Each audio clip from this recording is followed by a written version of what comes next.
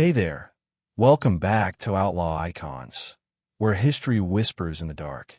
Tonight, we're stepping into the shadowy world of Miguel Ángel Félix Gallardo. Some called him El Padrino, the Godfather. To others, he was the quiet architect who built Mexico's first true cartel empire. A man who moved with politicians, generals, and bankers as easily as he did with smugglers and killers. The one who carved Mexico into pieces, and in doing so, wrote the blueprint for every cartel war that followed. And yet, for all his power, for all his reach, the empire didn't last. What begins as control ends in betrayal, prison walls, and a fading figure that still haunts the story of Mexico's drug war. But before we descend into his world, do me a favor, drop a comment and tell me, where are you listening from right now, and what time is it on your side of the world? It's always eerie and amazing to see this little underworld of ours stretch across countries and time zones. And if this is your first time here, welcome. Settle in, hit that subscribe button, ring the bell, and join us. You don't want to miss what's coming next.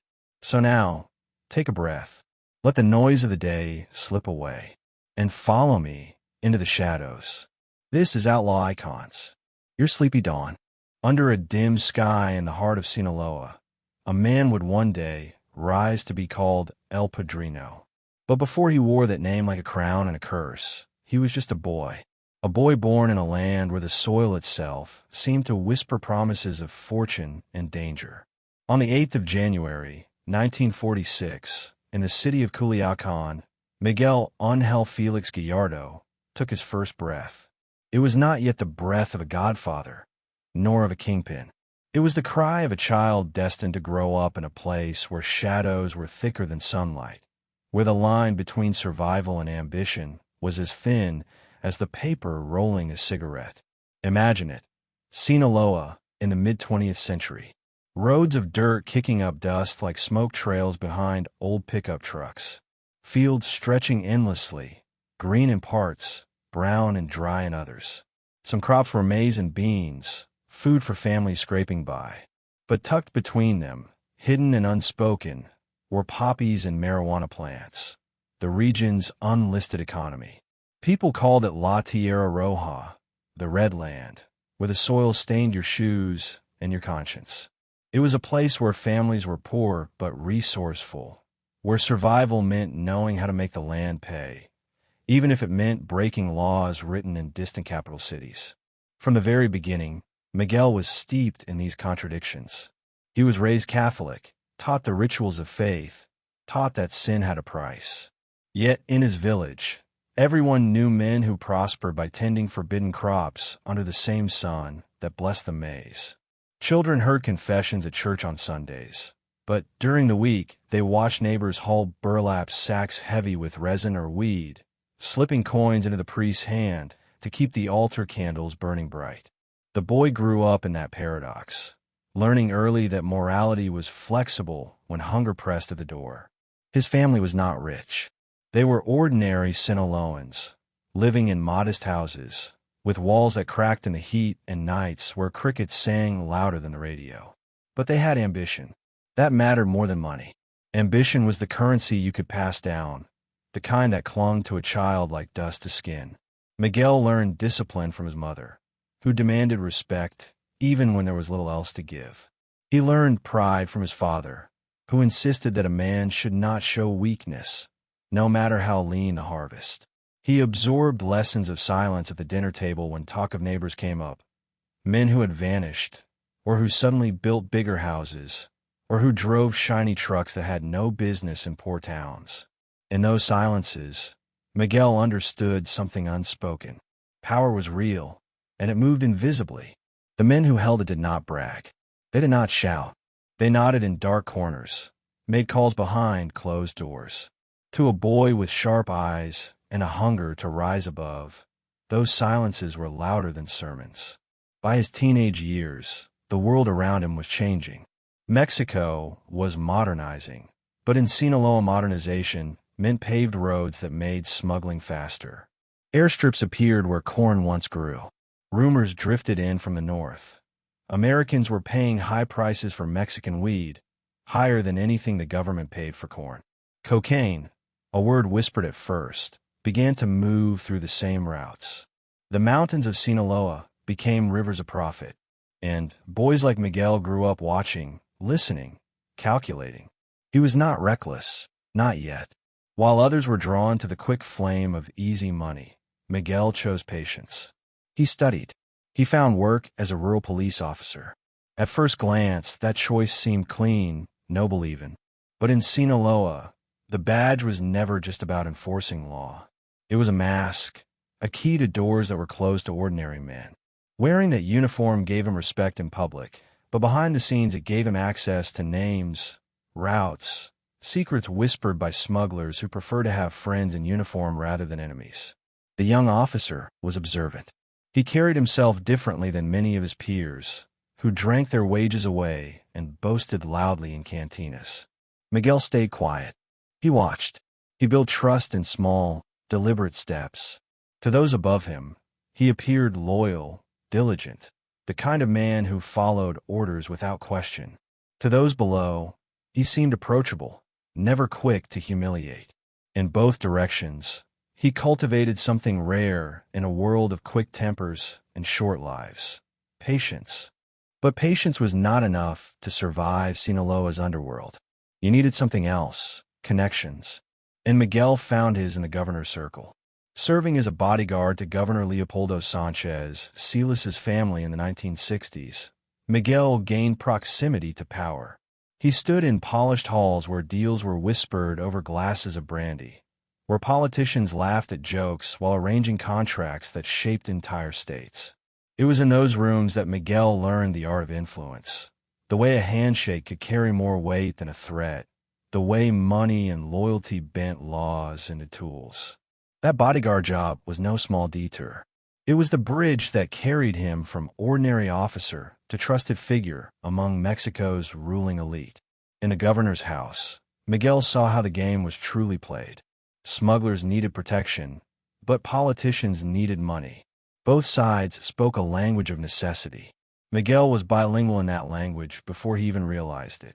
Still, beneath the calm exterior, a current of ambition pushed him forward. He was not content to remain a guard forever. He had seen too much, learned too much.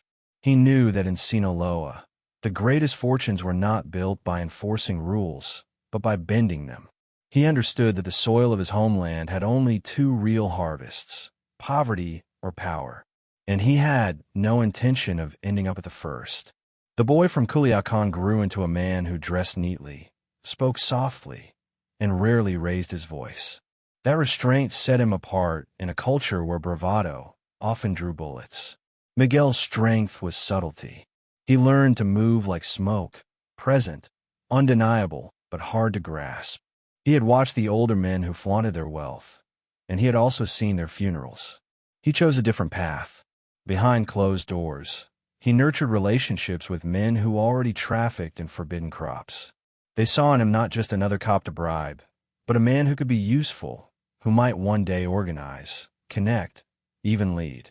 Step by step, deal by deal, his reputation grew. He was reliable. He kept his word. He did not squander opportunity.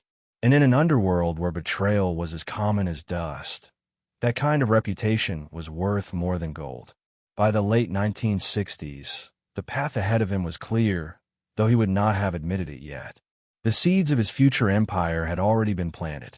In the silence of family dinners, in the whispered deals of politicians, in the endless fields of Sinaloa's hidden crops, every moment had conspired to shape him. He was no longer just a boy born in the Red Land. He was becoming something else entirely. The story of Miguel Félix Gallardo was still in its first act. But even here, in these early years, the outlines of El Padrino were visible. The ambition, the patience, the silence that spoke louder than words. He had not yet built a cartel. He had not yet divided Mexico into territories that would bleed for decades. But the man who was already here, watching, listening, waiting. And so the chapter closes on a young man in uniform, standing outside the governor's mansion as night settles over Culiacan. The air is heavy with heat, and the streets hum with the sound of crickets. He adjusts his tie, his expression unreadable. Somewhere in the distance, a truck rumbles down a dirt road, carrying sacks of crop that does not appear in any government record. The boy from Sinaloa is now a man standing at the threshold of power. But thresholds are dangerous places, because once you step across, there is no way back. And Miguel Félix Gallardo was already leaning forward. The night air was warm, heavy with the scent of dust and gasoline, when a young officer stood at the edge of a dirt road in Sinaloa. His uniform, though pressed, clung to him with sweat. In the distance, headlights flickered, one truck, then another, bouncing slowly over the ruts, their beds piled high with burlap sacks. To most eyes, it looked like grain or beans. To his, it was something else entirely. A crop that didn't appear in any government ledger. A harvest whispered about, but never spoken of openly. And on that night, Miguel Ángel Félix Gallardo stood in silence, watching, learning, understanding. This was not yet the man history would call El Padrino. This was a boy, barely into adulthood, already standing in the crosshairs of two worlds. On one side, the law, the badge on his chest, the weight of duty, the uniform he wore with quiet pride. On the other, the shadow economy of Sinaloa. Farmers turned smugglers, merchants turned fixers, families feeding themselves by selling what the soil grew in secret. Both sides offered survival. Both sides demanded loyalty. And Miguel, even then, was already making his choice. His story did not begin with power.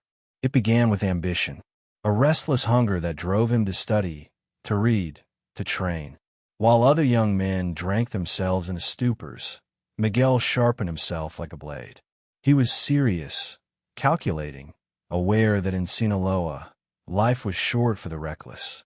He enrolled in school, determined to rise above the poverty that clung to his family like dust. Education was his first tool, the first weapon he would wield.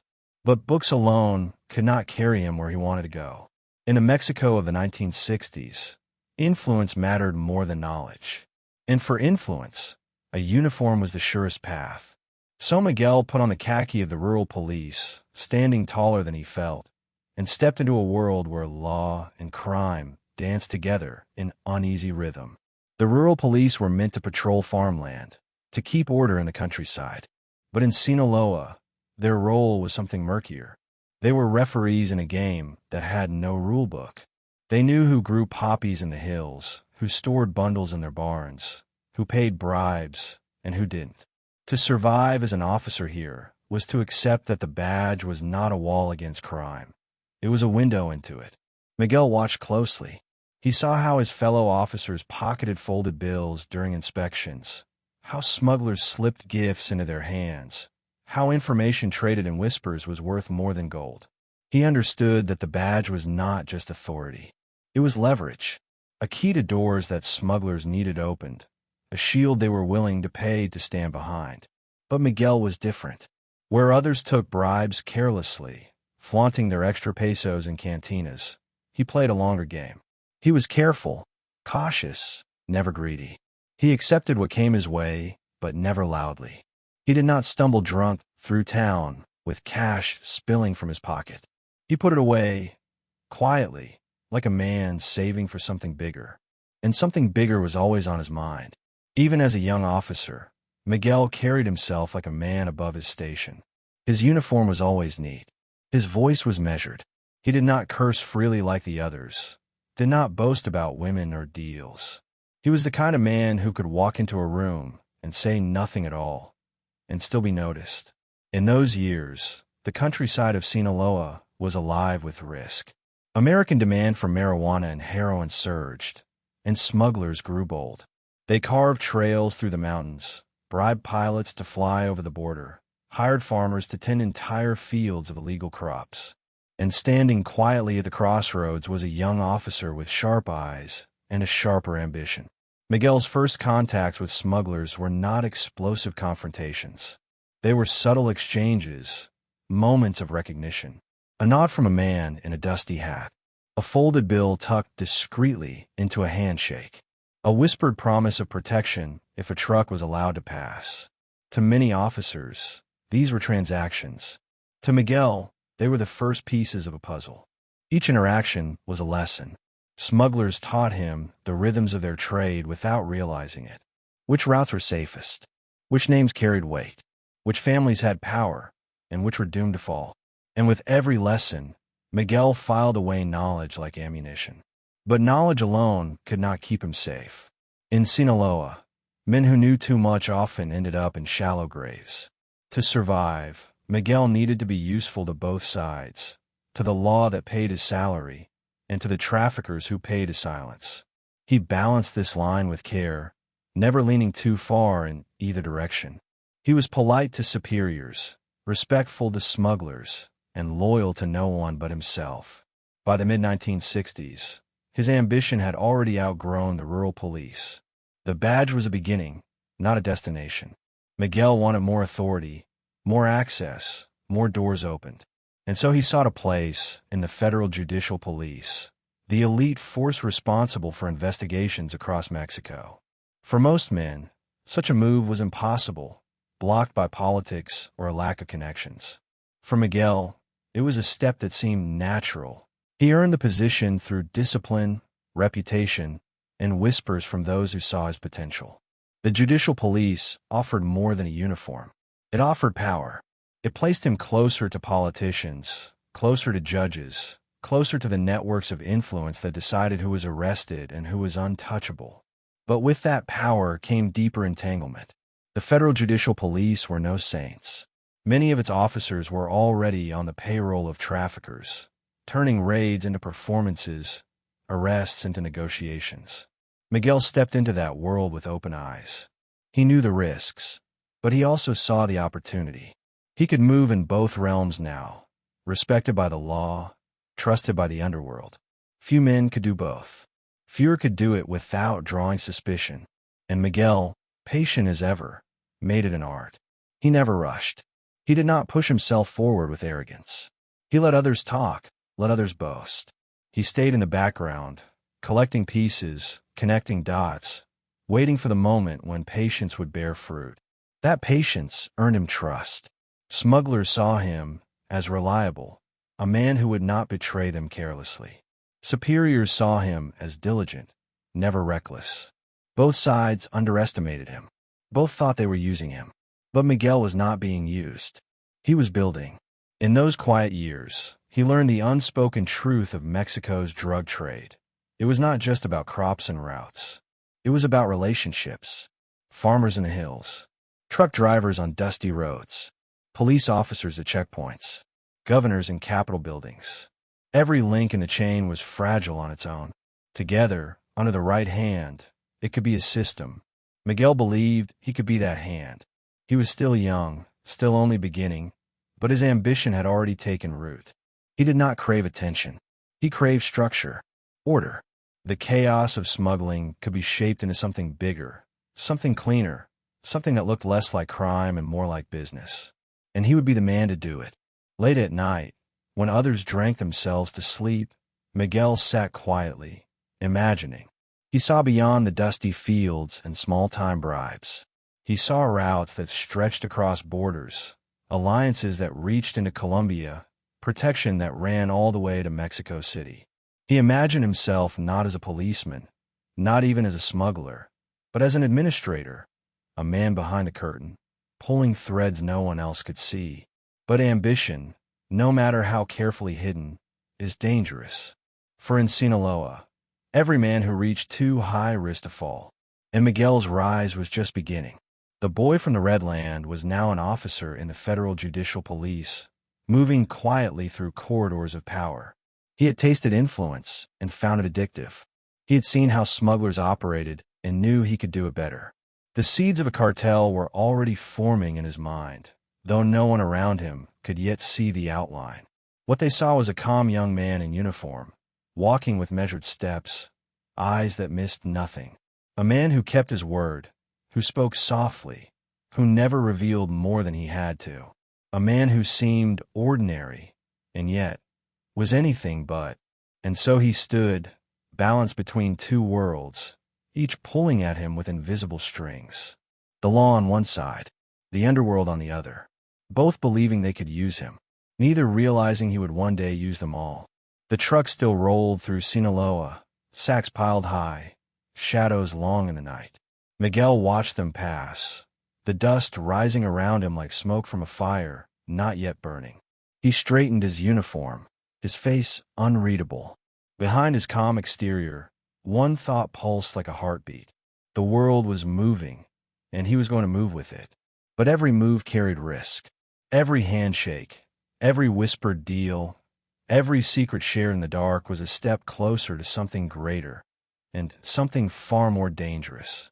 The young officer's ambition had set him on a path, and once that path began, there would be no turning back. The badge on his chest gleamed faintly in the moonlight, but beneath it, another identity was already forming. And soon, the mask of the law would no longer be enough to contain him. The phone rang deep inside the governor's mansion, its sharp bell echoing down marble hallways. A young officer straightened his uniform, his hand resting instinctively near his sidearm, though there was no real threat. He was only a bodyguard, one among several. Yet in that moment, as the heavy wooden door opened and powerful men drifted in and out of the governor's private rooms, Miguel Ángel Félix Gallardo felt the pull of a world he had only glimpsed from afar. He wasn't there to speak. He wasn't there to bargain. He was there to stand still and watch. But watching was enough, because in those polished halls, watching was like reading a secret book that few men were ever allowed to hold. It was the mid-1960s, and the family of Governor Leopoldo Sanchez Silas required protection. For Miguel, it was a promotion not measured in salary, but in access.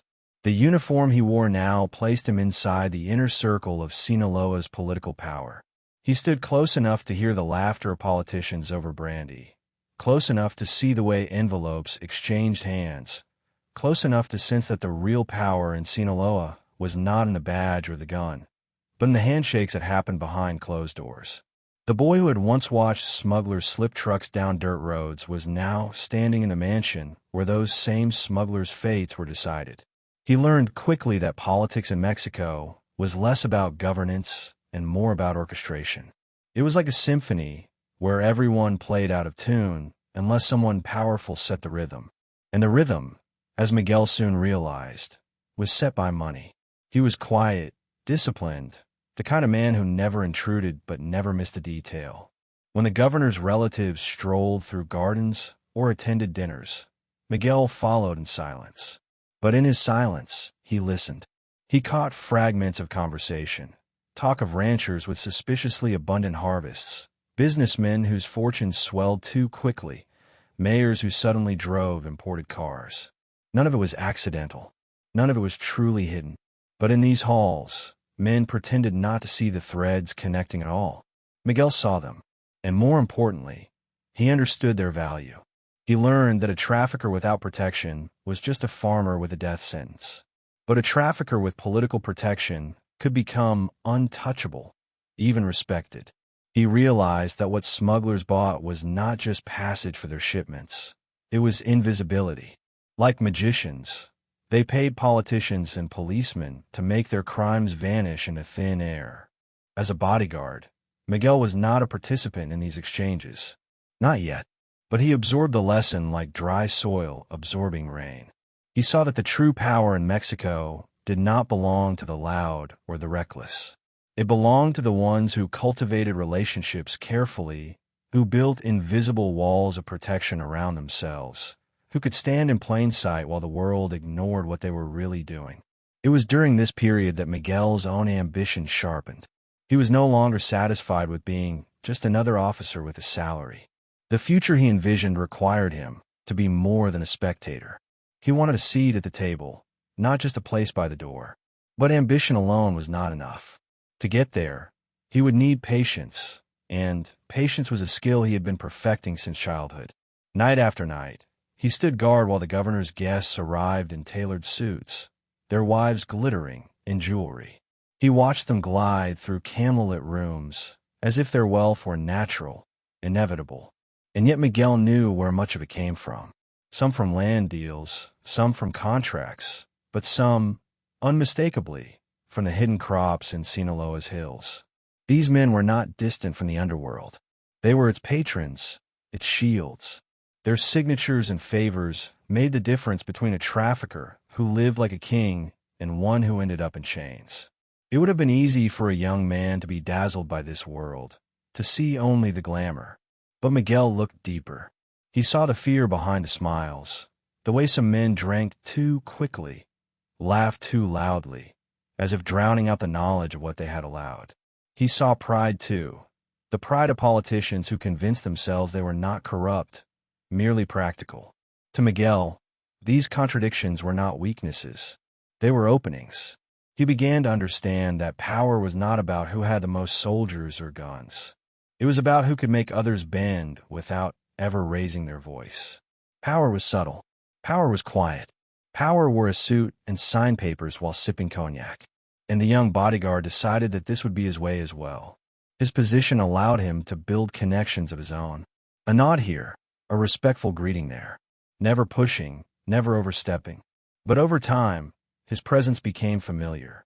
Officials began to trust him, to see him not as just another guard, but as a man of discretion, a man who could keep his mouth shut. That kind of trust was currency, and Miguel collected it carefully. Outside the mansion, the underworld continued its steady hum. Trucks moved down back roads. Planes landed on makeshift strips. Money flowed north, and drugs flowed even faster. But Miguel now knew something that few men in uniform understood. Without the nod of a politician, none of it would last. Every shipment depended not only on drivers and farmers, but on an invisible umbrella of political protection. And in Sinaloa, that umbrella spread wider than most could imagine. In those years, Miguel's education was no longer about books or classrooms. It was about watching how the game was played. He saw how men avoided speaking names directly, how they used metaphors to disguise their meaning, how even in casual conversation they never said more than they had to. He learned to do the same. He began to master the art of silence, of saying just enough to be understood, but never enough to be incriminated.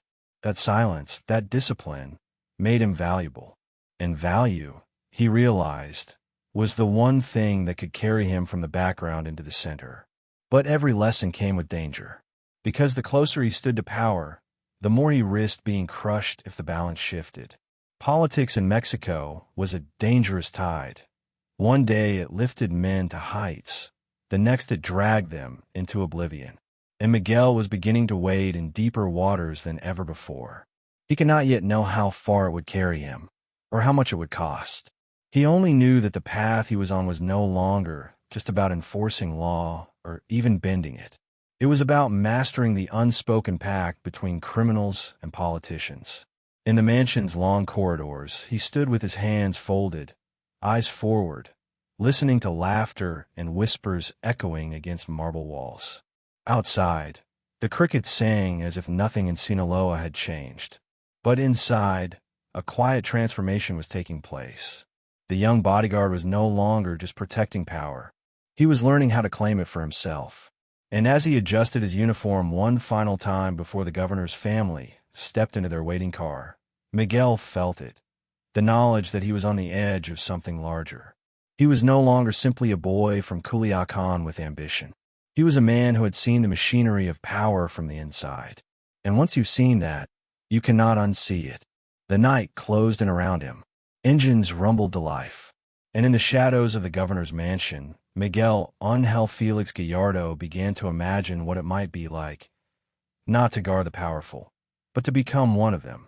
The night was still when the truck rolled onto the dirt road, its headlights cutting through the dust like blades. Inside, beneath the tarp, were bundles that smelled faintly of earth and something sharper. Marijuana, pressed and packed tight, ready for a journey north. A young man watched from the shadows, his expression unreadable, his uniform neatly pressed. He was not there as a police officer tonight. He was there as something else entirely. For the first time, Miguel Ángel Félix Gallardo was stepping beyond observation and silence. He was taking part. The transition was not dramatic. It was not marked by a gunshot or a shouted deal. It was quiet, almost invisible, like slipping one hand into a stream and feeling the current pull you forward. For years, Miguel had watched smugglers move product across Sinaloa. Now, he wasn't just watching, he was quietly guiding. It began with small favors, allowing trucks to pass, looking the other way when fields bloomed with forbidden crops. Each favor built trust. Each handshake tightened bonds. And each bond drew him deeper into a world where law and crime were not enemies, but partners in disguise. The crops of Sinaloa had long whispered promises of money. Poppies bled resin for heroin. Marijuana leaves dried and crumbled into smoke that Americans were willing to pay fortunes for. Farmers who once harvested corn or beans now found themselves tending fields that could buy them houses, cars, respect. And behind those farmers stood local families, clans that had been in the trade for generations, their roots tangled with the red soil, their names spoken carefully in town squares. Miguel did not rush to the center of this world. He circled its edges, entering slowly, deliberately.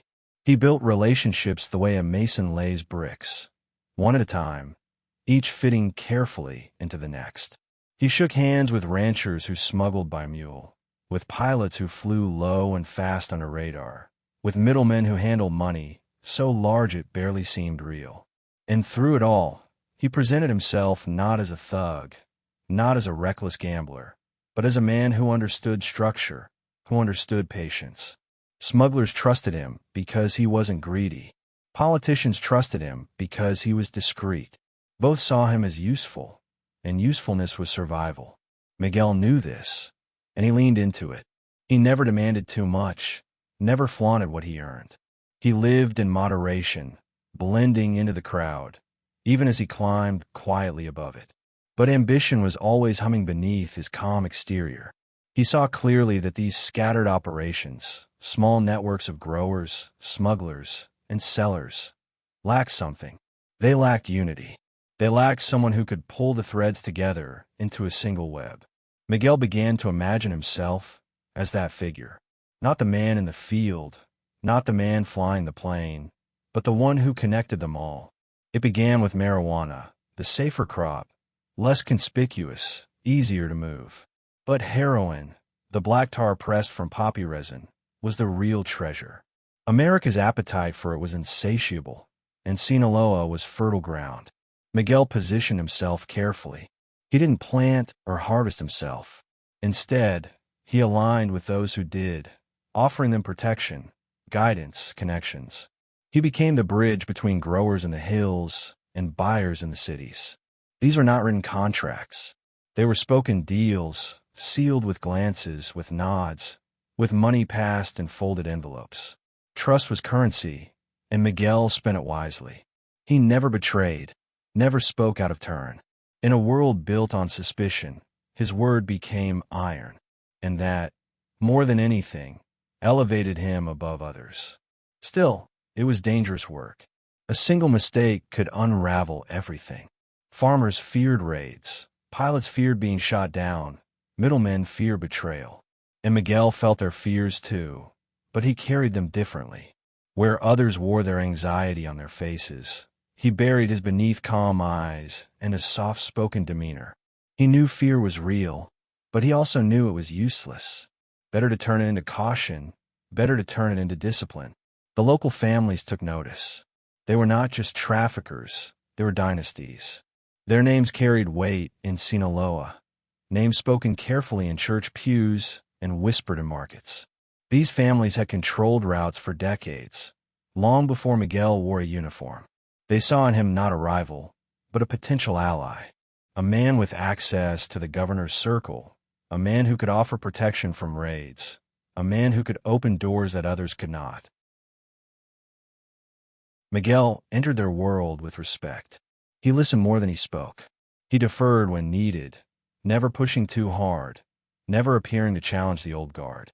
And yet, slowly, he became indispensable. He was the man who could call off a patrol, who could smooth over a problem with an official, who could ensure that a shipment moved without interference. He was no longer standing at the edge of the underworld. He was inside it now, though he carried himself as if he were still merely watching. That was his gift, appearing invisible even when he was at the center. By the late 1960s, Miguel had his first true taste of power. Not political power, not yet, but the kind of power that comes from being needed. Every farmer who grew, every smuggler who moved, every official who looked the other way, they all began to rely on him. And reliance is the first step toward authority. But authority in the drug trade was never stable. Violence was always a shadow, lurking nearby. Rival smugglers fought over routes. Police officers switched allegiances for a higher bribe. Informants whispered to the DEA, hoping to save themselves. It was a world of shifting sands, and a man could be swallowed if he wasn't careful. Miguel's carefulness became his shield. While others brandished guns and boasts, he built a reputation on steadiness. He was the man who didn't panic, the man who didn't rush, the man who seemed always to know a little more than he should. That steadiness made him both respected and feared, because no one could quite predict what he would do next. And yet, behind the calm, he was calculating. He saw that the local families, powerful as they were, had limits. They operated regionally, bound by tradition, by blood ties, by old rivalries. Miguel envisioned something larger. He wanted to stretch beyond Sinaloa, beyond Mexico even. He wanted to build not just a smuggling network, but an empire. The seeds of that empire were here, in these early deals, in these quiet nights where trucks rolled under starlight and planes skimmed treetops. Each handshake was a foundation stone. Each whispered promise was a brick. Piece by piece, he was building something no one else could see yet. But the more he built, the more dangerous the game became. His ties to politicians gave him protection, but protection was never permanent. His ties to traffickers gave him wealth, but wealth always bred envy. He was threading a needle with no room for error, and one slip could unravel everything. Late one night, as he stood near a convoy ready to depart, Miguel felt the weight of what he was creating. The engines hummed softly. The driver shifted nervously. The air smelled of fuel and earth. In that moment, he realized that he was no longer just a bodyguard, no longer just a policeman. He was becoming the architect of something far greater, something that could not yet be named, but that would one day define him. And as the trucks disappeared into the darkness, their taillights vanishing one by one, Miguel remained behind, still and silent. To others, he was a man standing in the shadows. To himself, he was already moving ahead, already imagining the next step. But the next step would not just be about smuggling. It would be about control. It would be about creating order out of chaos. It would be about transforming scattered traffickers into something unified, disciplined, untouchable. The young officer from Culiacan had taken his first true leap into the underworld.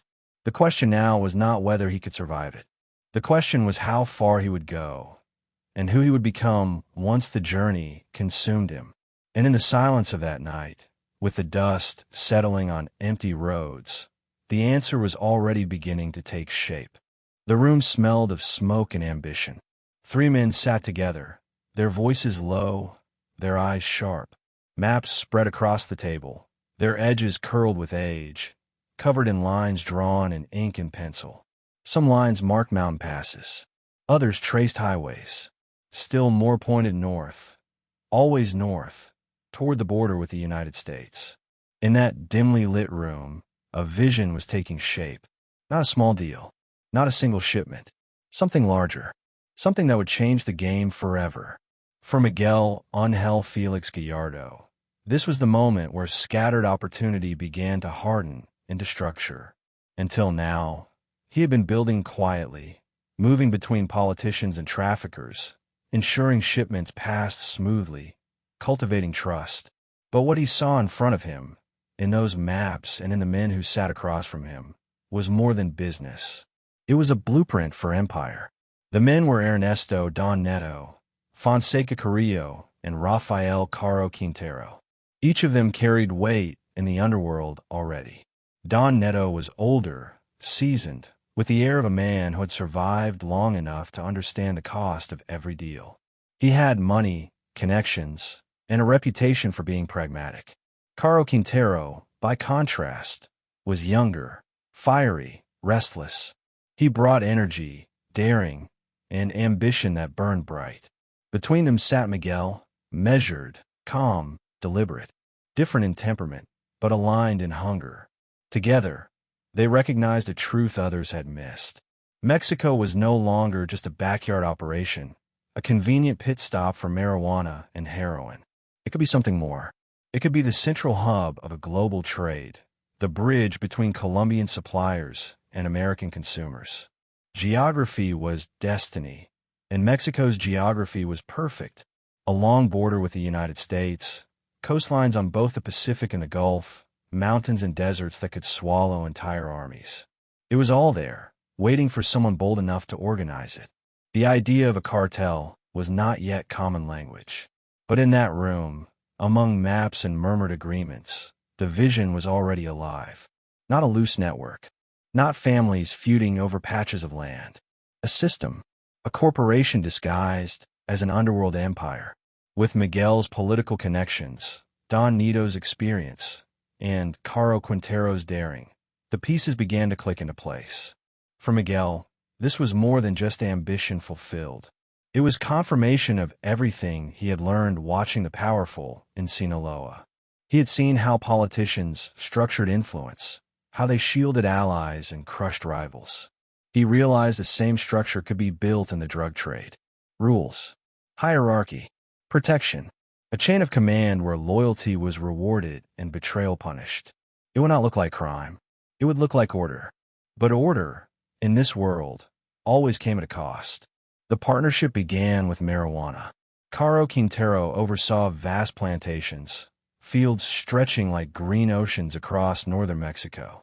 Farmers worked day and night, guarded by armed men, producing crops on a scale the region had never seen. These were not small plots hidden in valleys. These were industrial farms, entire operations that could produce tons of product, packed and shipped north.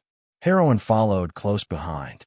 Poppy fields in the mountains bled resin that was cooked into bricks of black tar, small and easy to move, worth fortunes on the streets of Los Angeles, Chicago, New York.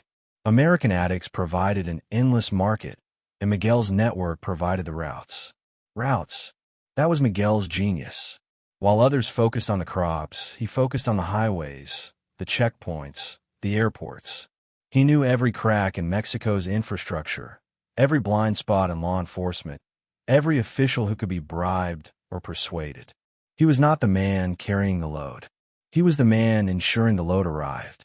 In the drug trade, that role was worth more than gold. Don Neto brought wisdom to the table. He had lived through raids, betrayals, alliances turned bloody. He counseled caution when tempers flared. He understood that longevity mattered more than a quick profit. His presence gave the partnership balance, anchoring Miguel's careful vision and Caro's restless drive. Caro, meanwhile, pushed boundaries. He dreamed big, reckless at times, impatient at others. He wanted to expand faster, to produce more, to dominate routes with sheer audacity. His energy could have been destructive, but channeled through Miguel's structure, it became fuel. It was not friendship. It was an alliance. Each man needed the others. Alone, they were strong. Together, they were untouchable. The timing was perfect. In Colombia, the Medellin and Cali cartels were flooding the market with cocaine. Florida and the Caribbean, once the main routes into the United States, were swarming with American agents. Planes were intercepted, boats seized, traffickers caught in the dragnet of Operation Bahamas and Operation Snowcap. The Colombians needed a new route, and Mexico, wide open, overlooked, was waiting. Miguel saw it before others did. He positioned the Guadalajara group as the ideal partner. They had land routes, airstrips, coastal access, and, most importantly, political protection. They could move product under the very noses of authorities because those same authorities were already on the payroll. For the Colombians, it was an irresistible offer. For Miguel and his partners, it was the gateway to unimaginable wealth. But wealth in this world was always painted in blood. Rivalries grew. Families clashed. Violence simmered beneath the surface. And yet, for a time, the Guadalajara network flourished. Shipments grew larger. Money poured in. Connections spread like roots across Mexico, reaching into banks, police stations, governors' offices. In quiet moments, Miguel reflected on what they were building. He had dreamed of structure, of order, but even he must have felt the unease. For every system built in the shadows eventually casts a shadow of its own. Protection bought with money lasts only as long as loyalty does. And loyalty, in the drug trade, is a fragile thing. Still, he pressed forward. He believed in his vision. He believed that if they could centralize power, if they could unify the chaos of Mexico's traffickers under one umbrella, they could create something that would outlast them all. A cartel not just of men, but of institutions. And so the partnership deepened. Meetings stretched late into the night. Routes were mapped, alliances forged, rivals absorbed or eliminated. What began as scattered operations was becoming something organized, something formidable. But organization also brought visibility. The larger they grew, the harder it became to remain invisible. American agents began to notice patterns. Mexican officials grew more demanding. Rivals sharpened their knives in silence. The same structure that gave them power also made them a target. One evening, as the three men sat together, the air heavy with cigar smoke and tension, the future must have felt both unstoppable and uncertain. They had everything they needed: money, routes, protection. But they also had everything to lose. Miguel sat quietly, his mind working as the others argued. He was the calm center of the storm, the one who saw farther than anyone else. He believed they could build something no one had dared before. A vision of Mexico as the beating heart of the global drug trade.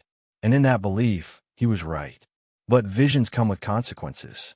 And the empire they were building, brick by brick, handshake by handshake, would soon draw attention they could not control. The Godfather of the Mexican Cartels was not yet a title. It was only a whisper, a possibility.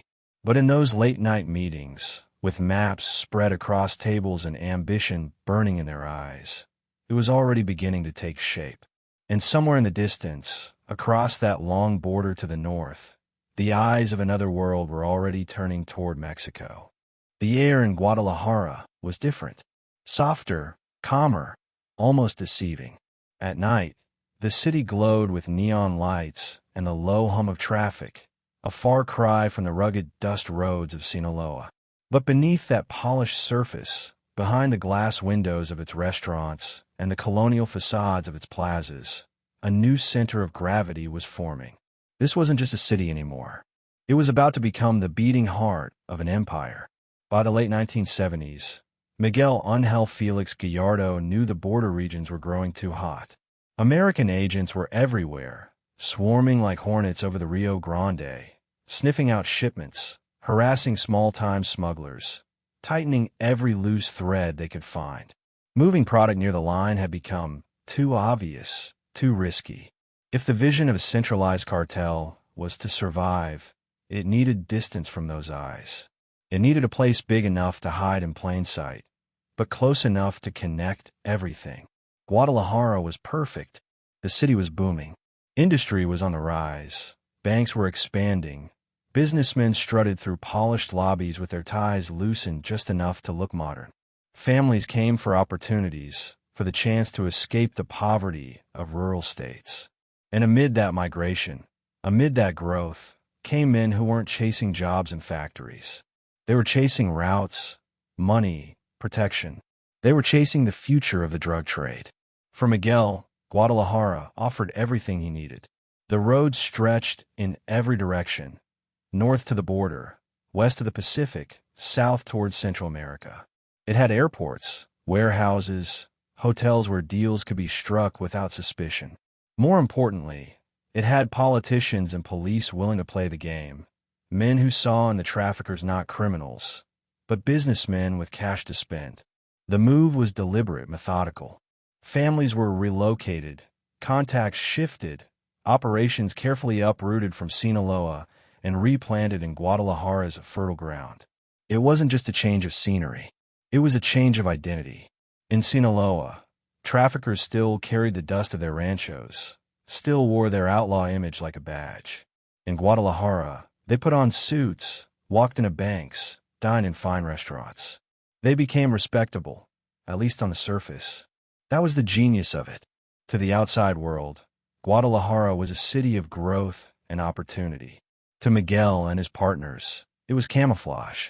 Money was laundered through real estate, through businesses, through contracts that looked ordinary but carried the weight of millions in drug profits. Dirty money flowed in like a river, but by the time it came out, it sparkled as clean capital. Miguel thrived in this environment. His calm demeanor, his polished appearance, his ability to blend into boardrooms rather than cantinas set him apart from other traffickers. He wasn't a ranchero boss barking orders from behind sunglasses. He was the man who sat quietly at the end of the table, listening, nodding, speaking just enough to show he understood more than everyone else combined. In Guadalajara, that kind of man fit right in. But it wasn't just about image. The city gave him infrastructure. Warehouses became holding stations for shipments arriving from Colombia. Small airstrips on the outskirts served as landing pads for cocaine-laden planes. Trucking companies, some legitimate, some not, moved loads north under the cover of ordinary commerce.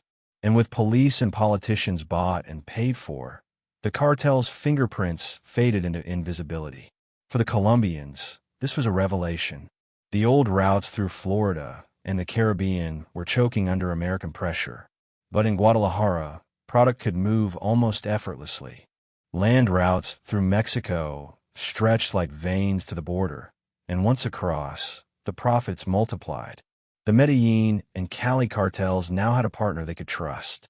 Miguel's network became their lifeline, their new highway into the insatiable American market. And yet, with every success, the danger grew. The more money poured in, the more eyes turned toward Guadalajara. Not just American agents, but rivals, competitors, even allies who felt excluded from the new wealth. The city's calm surface was deceptive. Underneath, tension bubbled.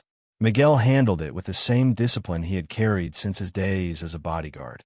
He didn't boast, didn't draw attention, didn't play the flamboyant boss. He let others take the spotlight, knowing that visibility was as dangerous as it was tempting. He preferred to be the architect, not the figurehead, the man who pulled strings quietly, ensuring the machine ran smoothly. Still, the machine was massive now. Thousands of farmers grew crops for them. Hundreds of smugglers moved shipments. Politicians, bankers, businessmen, all had their hands in the river of cash flowing through Guadalajara. It wasn't just a cartel anymore. It was a parallel economy. In the city's quiet neighborhoods, mansions rose where empty lots once stood. Imported cars lined driveways. Parties spilled into gardens where laughter masked the knowledge that everything was built on contraband. For the traffickers, Guadalajara was a dream, a place where they could live like kings while operating like ghosts. But dreams are fragile.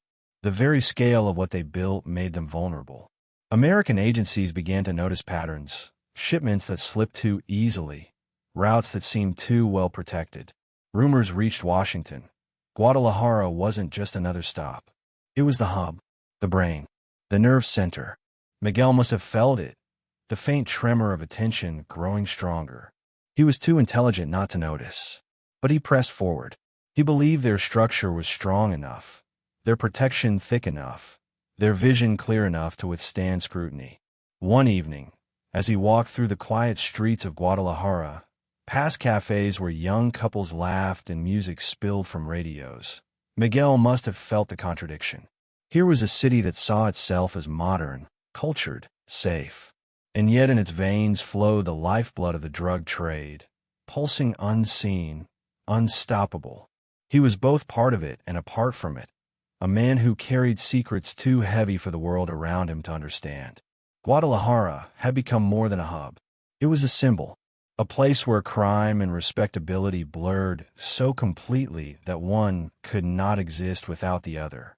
A city where traffickers became businessmen, and businessmen became traffickers, all under the illusion of progress. But symbols are dangerous, and the more Guadalajara stood as the center of the empire, the more likely it was to attract a reckoning. Miguel knew this, even if he rarely admitted it.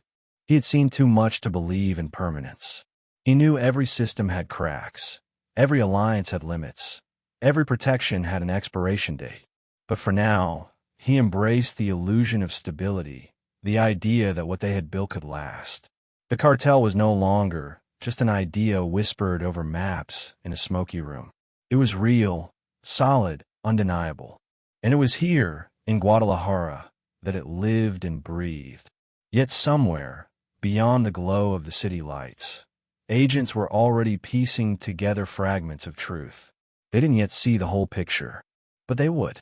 And when they did, Guadalajara's calm surface would shatter. The desert stretched endlessly, flat and unforgiving, a place where the wind seemed to scrape the skin from bone. And yet, hidden in the heart of Chihuahua, there was something unnatural, something impossible. A sea of green, row after row of marijuana plants, stretching farther than the eye could see. Under the blazing sun, thousands of workers bent their backs to the soil, hands blistered, faces covered in cloth to keep the dust out of their lungs.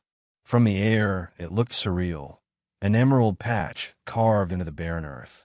They called it Rancho Buffalo, and in those years, it was the crown jewel of Mexico's drug trade. For Miguel Ángel Félix Gallardo and his partners, Rancho Buffalo was not just a farm. It was proof of what organization could accomplish. Gone were the days of scattered fields tucked into valleys, of farmers sneaking bundles across dirt trails. This was industrial. This was empire.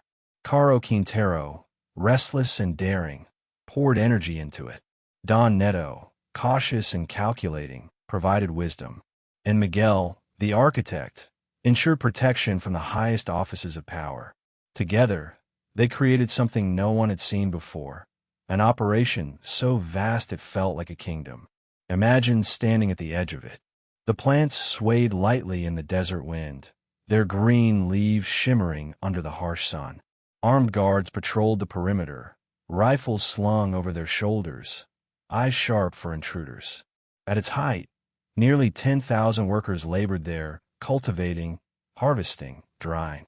Whole families were pulled into the machine, the poor drawn by the promise of steady wages. Some worked willingly, others out of desperation. It was a village unto itself, a secret city hidden behind guns and silence. The scale was staggering. By the early 1980s, Rancho Buffalo produced thousands of tons of marijuana each year. The numbers were almost beyond comprehension. Each shipment that left the farm was worth millions. Each harvest lined the pockets of traffickers, politicians, and police who allowed it to exist. The farm was not just tolerated, it was protected. Helicopters flew overhead, not to raid it, but to ensure it remained untouched. For a time, it felt untouchable. But ambition has a way of blinding man. The bigger Rancho Buffalo grew, the more it stood out. A plantation that size could not remain hidden forever. American intelligence caught wind of it. DEA agents, frustrated by endless failures to stem the flow of drugs, began to whisper about the impossible fields in Chihuahua. Satellite images confirmed what rumors had already suggested. The Americans were furious, and they demanded action. Pressure mounted on the Mexican government. Washington wanted results, not excuses. So, in late 1984, soldiers were mobilized. Trucks rolled into Chihuahua, helicopters circled overhead, and in a sudden storm of boots and gunfire, Rancho Buffalo was erased. Fields that once glimmered green under the sun were burned to ash. Workers scattered in panic, chased by the roar of helicopters. Guards abandoned posts, some vanishing into the desert, others captured, their faces beaten and broken. The destruction was swift, brutal, and final. The cost was staggering. Billions of dollars vanished overnight. For traffickers, it was like watching a fortune go up in smoke. For the workers, it was terror. Livelihoods shattered, futures ripped away. Some had believed they were building something permanent, something secure. Instead, they watched it crumble in hours. For Miguel and his partners, it was a wound. Not just financial, though the loss was immense. It was symbolic.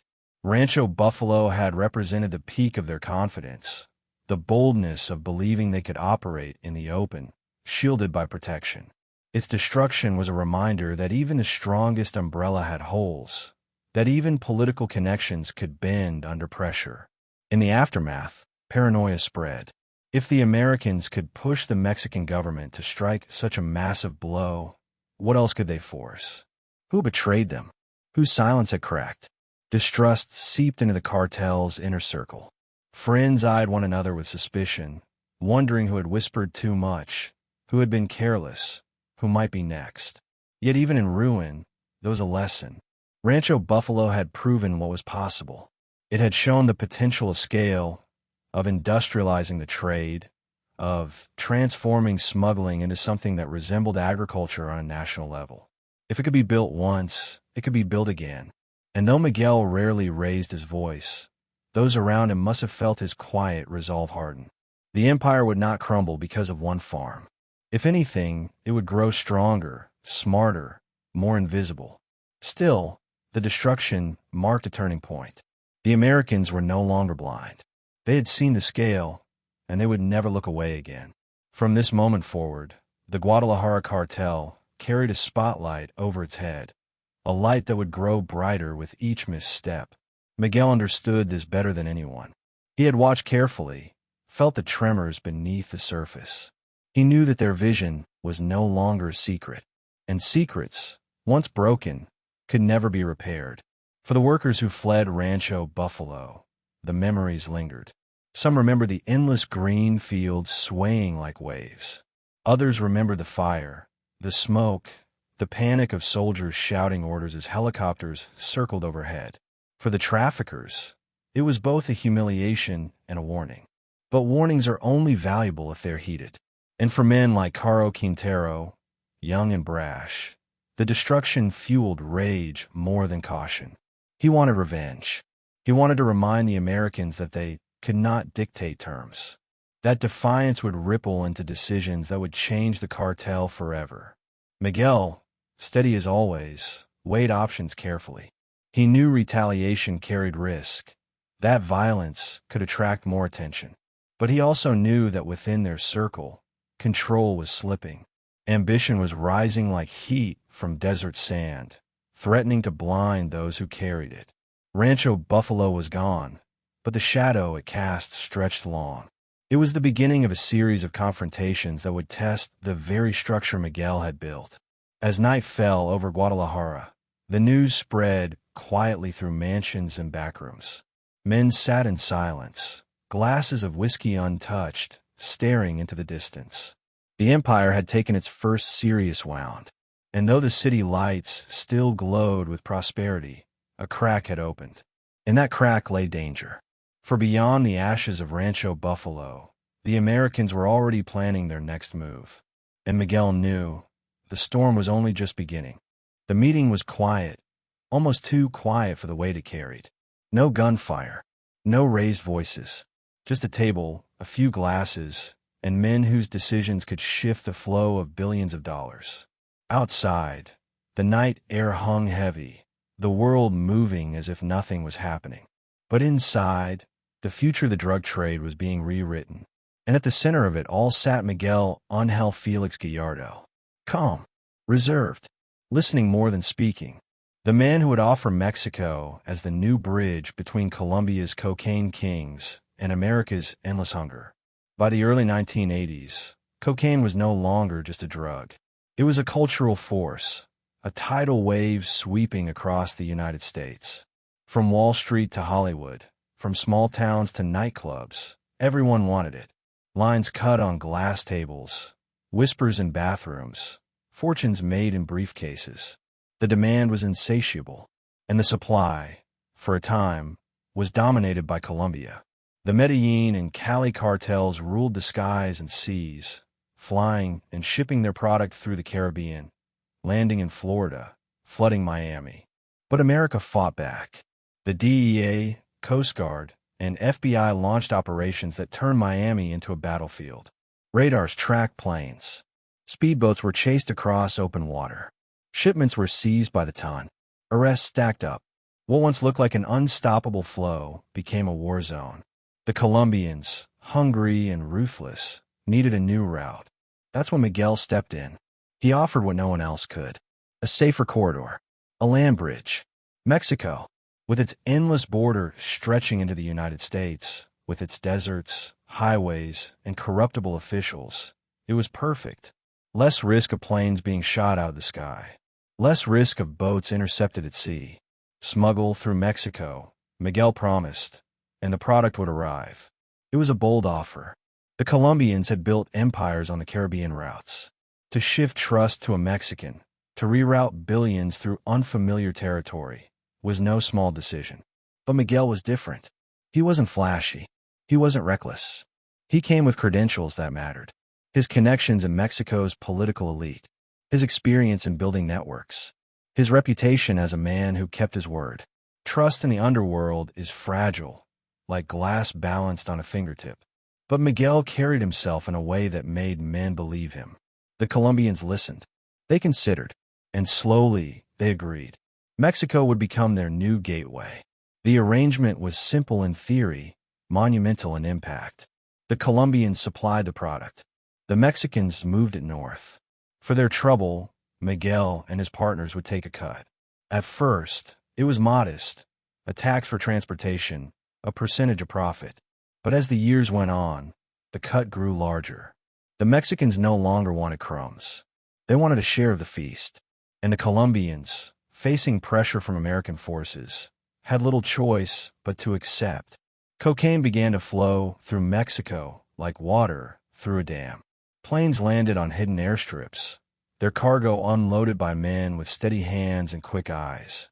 Trucks carried bricks north under tarps, through deserts and along highways, guarded by men with radios and rifles.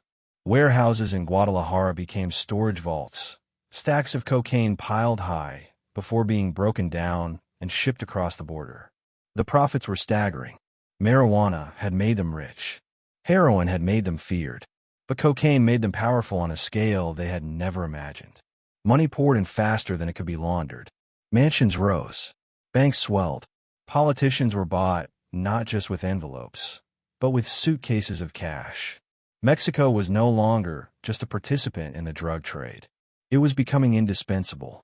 Miguel's role in this was not about firepower. It was about architecture. He wasn't the man planting the fields or flying the planes. He was the man ensuring the structure held. He cultivated relationships with Colombians, assuring them their product was safe. He cultivated protection in Mexico, ensuring politicians turn a blind eye. He cultivated discipline within his own circle, ensuring shipments moved without chaos. But ambition is never shared equally. The Colombians remained wary. They saw the Mexicans as partners, yes, but also as tools. They still believed themselves the kings, the true rulers of cocaine. Miguel, patient as always, did not challenge that openly. He knew time was on his side. The more product moved through Mexico, the more indispensable his network became. And indispensability is its own form of power. Not everyone shared Miguel's patience. Men like Caro Quintero burned hot, reckless, restless. The profits dazzled him, emboldened him, pushed him toward bold moves that sometimes drew unwanted attention. Don Neto, older and wiser, tried to temper the fire. But even he must have felt the pull of the new riches. Cocaine was not just another crop. It was a revolution. The Americans noticed. Of course they did. Seizures increased. Arrests climbed. But for every shipment they caught, 10 slipped through. The sheer volume overwhelmed them. Cocaine was everywhere, and behind it, though the Americans didn't fully grasp it yet, stood Mexico's emerging cartel structure, with Miguel at its center. He rarely flaunted it. While others bought cars and threw parties, Miguel remained understated. He understood that visibility was poison. He preferred to move quietly, to let others boast, to let others draw the spotlight and the danger that came with it. In this way, he became both powerful and invisible, a paradox that allowed him to maneuver while others stumbled. But invisibility has limits. The money grew too large. The shipments too frequent. The alliances too bold. The Americans began to trace the threads, to realize that Mexico was no longer just a passageway. It was the hub, the control center, the new axis of the cocaine trade. Miguel must have known the danger. He must have felt the ground shifting beneath his feet, but he also believed in the system he had built.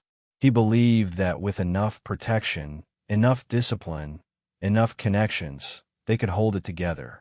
He believed Mexico could remain the bridge without becoming the battlefield. But the battlefield was coming. The destruction of Rancho Buffalo had been the first crack. The cocaine connection was the next. And together, they set the stage for conflicts that would shake everything he had built. For now, though, the money flowed. The Colombians smiled. The Americans seethed. And Miguel sat quietly in Guadalajara, the architect of a system that had transformed Mexico into the central artery of the global drug trade.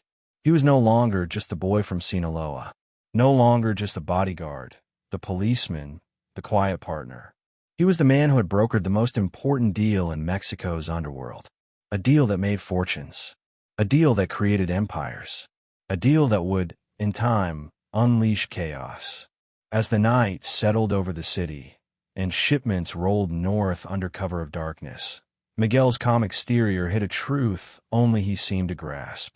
Every empire, no matter how carefully built, carries the seeds of its own destruction, and those seeds had already been planted. The nickname came quietly, almost in a whisper. No coronation, no grand announcement, no blood-soaked spectacle. Just a word that slid through conversations, whispered in bars, murmured in backrooms, spoken with a mix of respect and fear. El Padrino, the Godfather. And unlike so many titles in the underworld, this one did not come from boasting. It was given to him, shaped by the way he carried himself, by the way he made others bend without ever raising his voice. By the early 1980s, Miguel Ángel Félix Gallardo was not just another trafficker. He was the center of gravity around which everything else orbited. Cocaine flowed through Mexico because of him. Marijuana and heroin shipments moved with his blessing. Politicians accepted bribes that came from his hand. And yet, if you passed him in a hotel lobby or at a restaurant in Guadalajara, you might not look twice. He wore tailored suits, polished shoes, and carried himself like a banker or a lawyer. There was no gold flashing on his wrists, no convoy of cars announcing his arrival. He preferred shadows dressed in daylight. That was what set him apart. Other traffickers flaunted wealth. They built mansions so gaudy they looked like fortresses, filled with fountains and marble floors. They paraded their power in nightclubs, throwing money in the air, surrounded by women, drowning themselves in their own image. Miguel saw those displays not as strength, but as weakness. Noise attracts attention, and attention is fatal in his world. He wanted something different, something quieter, more enduring. He understood that power was not in how loudly you roared, but in how firmly you could whisper, in how easily you could make others carry out your will without realizing it was your will at all. He was not a general commanding troops in open battle. He was a chess player moving pieces, always 3 steps ahead, his hands never directly on the board. Men feared him not because he shouted, but because he didn't have to. When Miguel spoke, people listened. When he gave instructions, they were carried out with precision, not because he threatened, but because his reputation made refusal unthinkable. He cultivated that image carefully, understanding that terror could be achieved more effectively through restraint than through constant violence. It was this restraint that earned him the name. He reminded people of the figure immortalized on screen, the Italian Godfather who commanded empires with soft words and heavy silences. But Miguel was not a movie character. He was flesh and blood, building his empire in the deserts and cities of Mexico. Still, the comparison fit. Like the fictional Don, he saw himself as an administrator, a mediator, the one who created order out of chaos. In his circle, disputes between traffickers were not settled with immediate violence. They were brought to him. He listened, weighed the options, delivered judgments. He acted less like a kingpin and more like a judge. Men walked away from those meetings respecting the outcome, even if they didn't like it.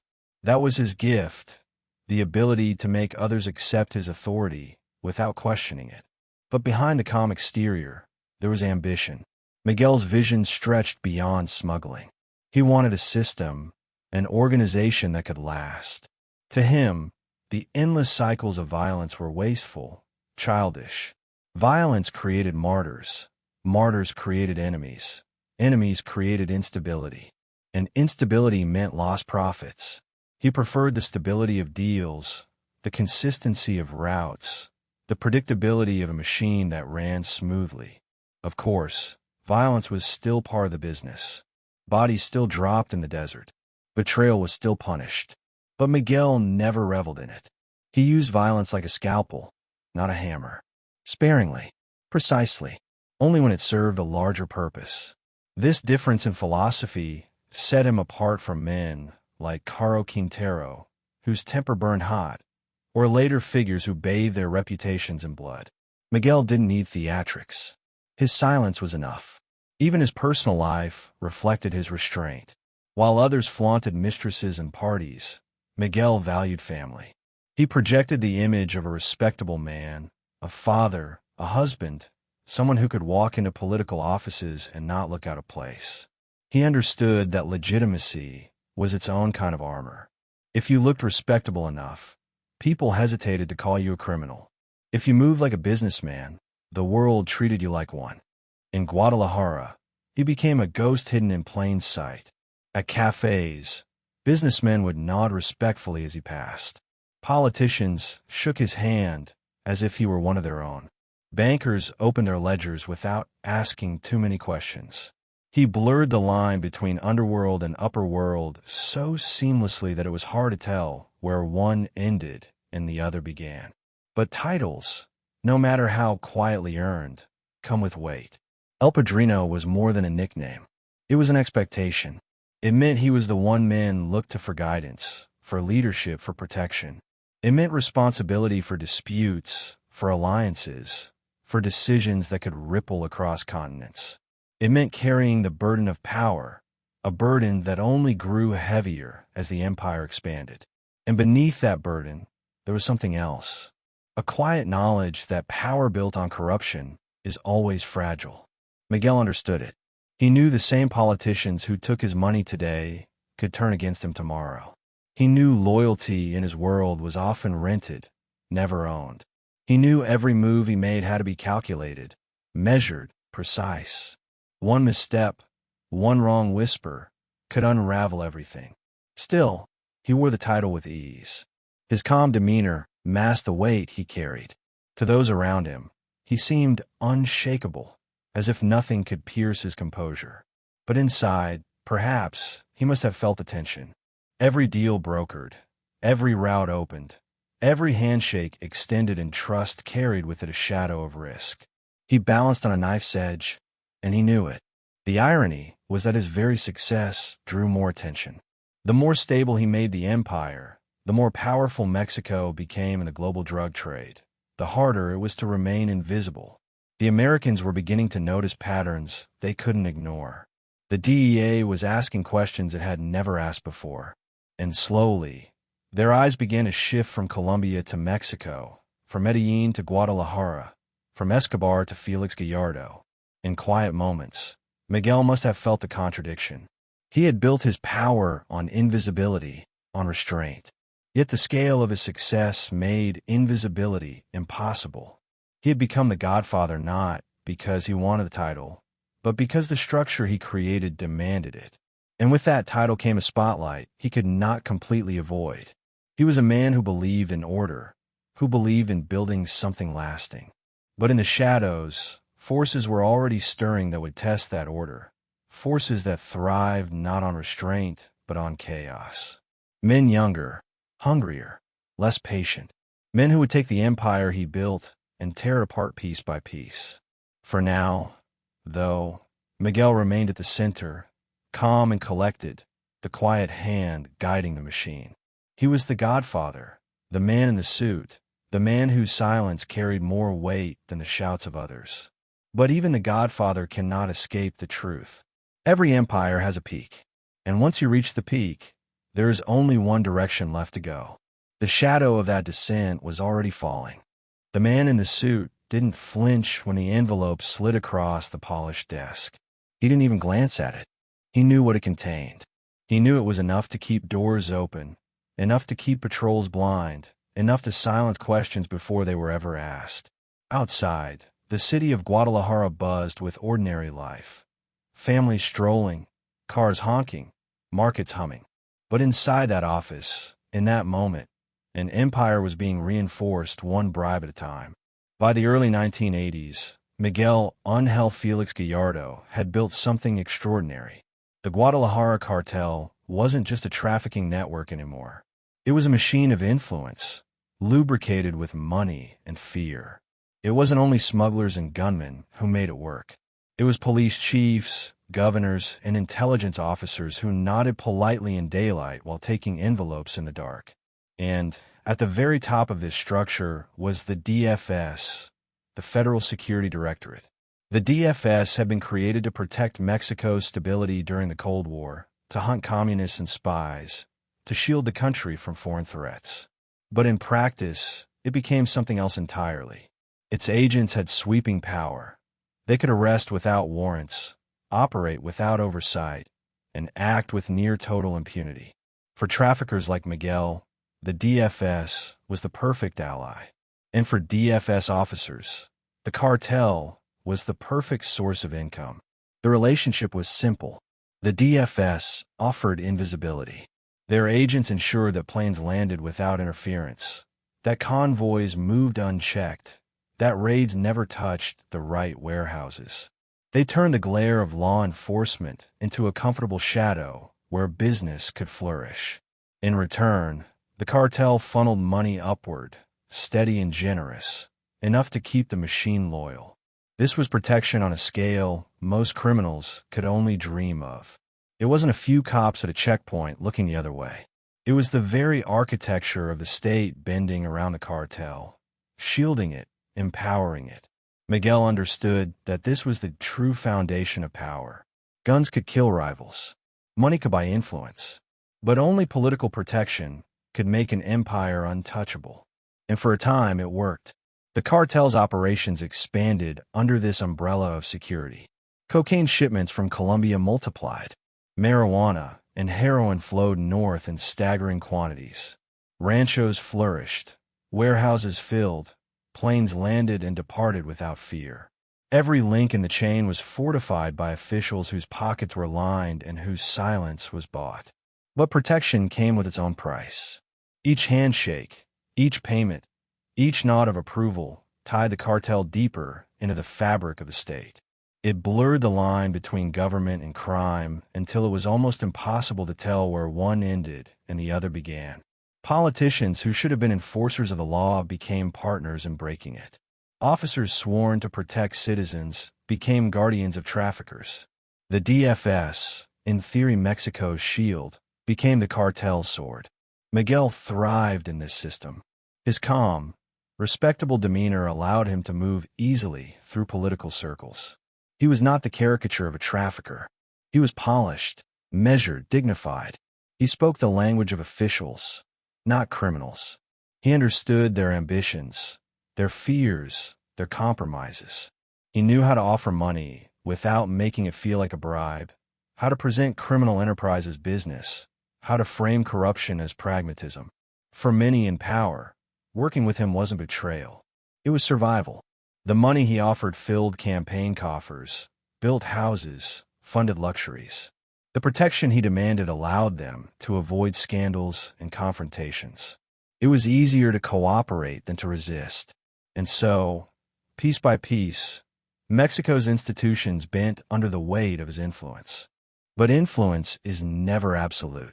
There were always cracks. Some officers hesitated. Some feared the growing reach of the cartel.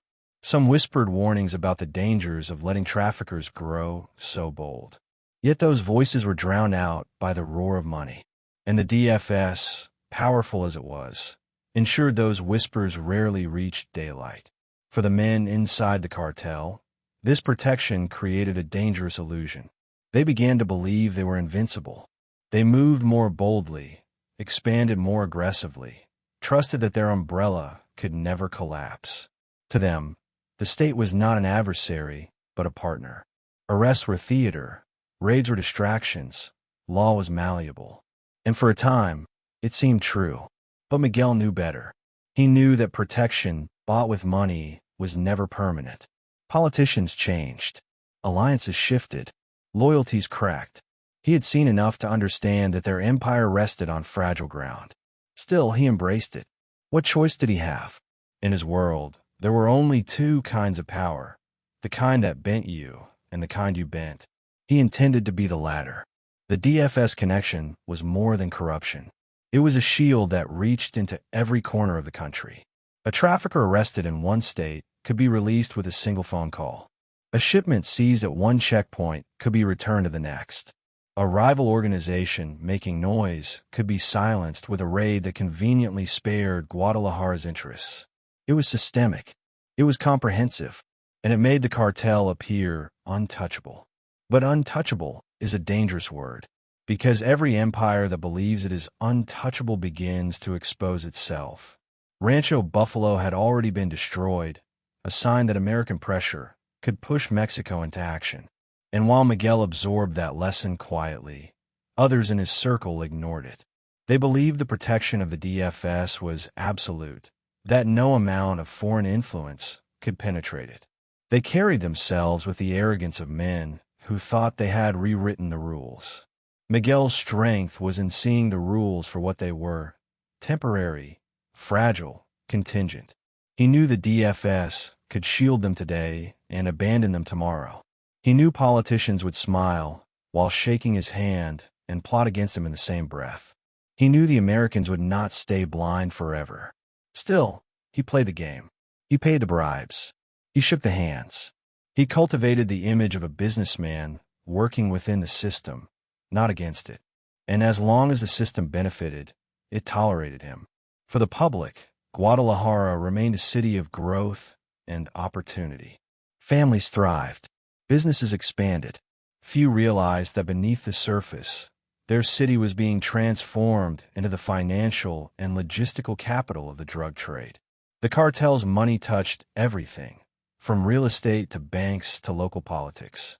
And every layer was guarded by men in suits and uniforms who owed their comfort to envelopes passed under tables. It was a delicate balance, one that required constant tending. Miguel knew it could not last forever, but he also knew that as long as it did, the cartel could reach heights no one had imagined. He wore the title of El Padrino not because he demanded it, but because he embodied it. He was the one who held the threads together, the one who ensured the empire moved under the protection of the very forces meant to destroy it. But cracks were spreading, even if unseen. American agents were beginning to connect dots. Some Mexican officials were growing uneasy, worried about how deeply the cartel had entangled itself in the state. The illusion of invincibility was strong, but illusions are fragile. And as Miguel sat in another meeting, another envelope passed, another smile exchanged. He must have felt it, that faint sense that the walls around him, as strong as they seemed, were beginning to thin. Protection at the highest levels had made him powerful, but it had also made him visible. And visibility, in his world, was the beginning of the end.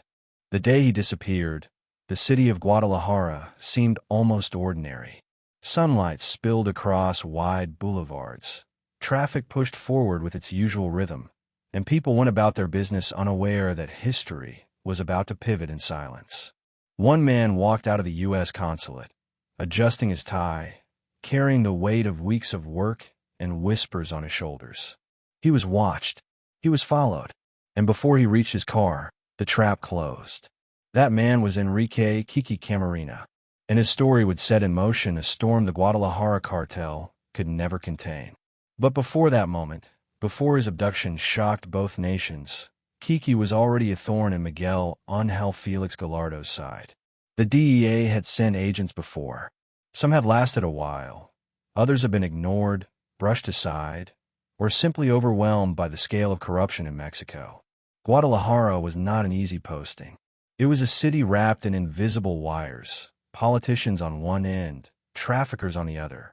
Most agents were outsiders, tolerated but largely irrelevant. Kiki was different. He had grown up in California, the son of migrant workers, a man who understood both the language of the poor and the ambition of the American dream. When he walked through the streets of Guadalajara, he didn't look like a foreigner dropped into hostile territory. He blended, observed, listened, and most importantly, he cared. He wasn't there for a paycheck or a title. He was there to dismantle something that had grown too large, too dangerous, too untouchable. From the beginning, his persistence set him apart. He didn't just shuffle papers or rely on reports. He embedded himself in the rhythm of the city. He cultivated informants, built trust with locals, paid attention to details others overlooked. Slowly, quietly, he began piecing together the puzzle of the Guadalajara Cartel. And each piece he uncovered pointed to the same truth. Mexico had become the central artery of the global drug trade, and Felix Gallardo was its architect. Kiki learned about Rancho Buffalo, the massive plantation in Chihuahua. He heard whispers of politicians shielding traffickers, of police chiefs on the payroll, of Colombian cocaine flowing freely through Mexican routes. Where others saw shadows, he saw outlines. And with every report he filed, with every lead he chased, the outline sharpened. He wasn't just making noise. He was getting close. Too close. For the cartel, this was dangerous. They were used to American agents coming and going, used to politicians calming the storm with empty gestures. But Kiki wasn't stopping. He was exposing vulnerabilities. He was proving that even under layers of protection, the empire had cracks. He was the kind of man who didn't scare easily, who didn't take hints to back off, who refused to be bought. That combination made him more than a nuisance. It made him a threat. Miguel understood threats better than most. He had built his reputation on managing them, defusing disputes, smoothing conflicts, ensuring order. But this was different. This wasn't an internal feud or a rival trafficker.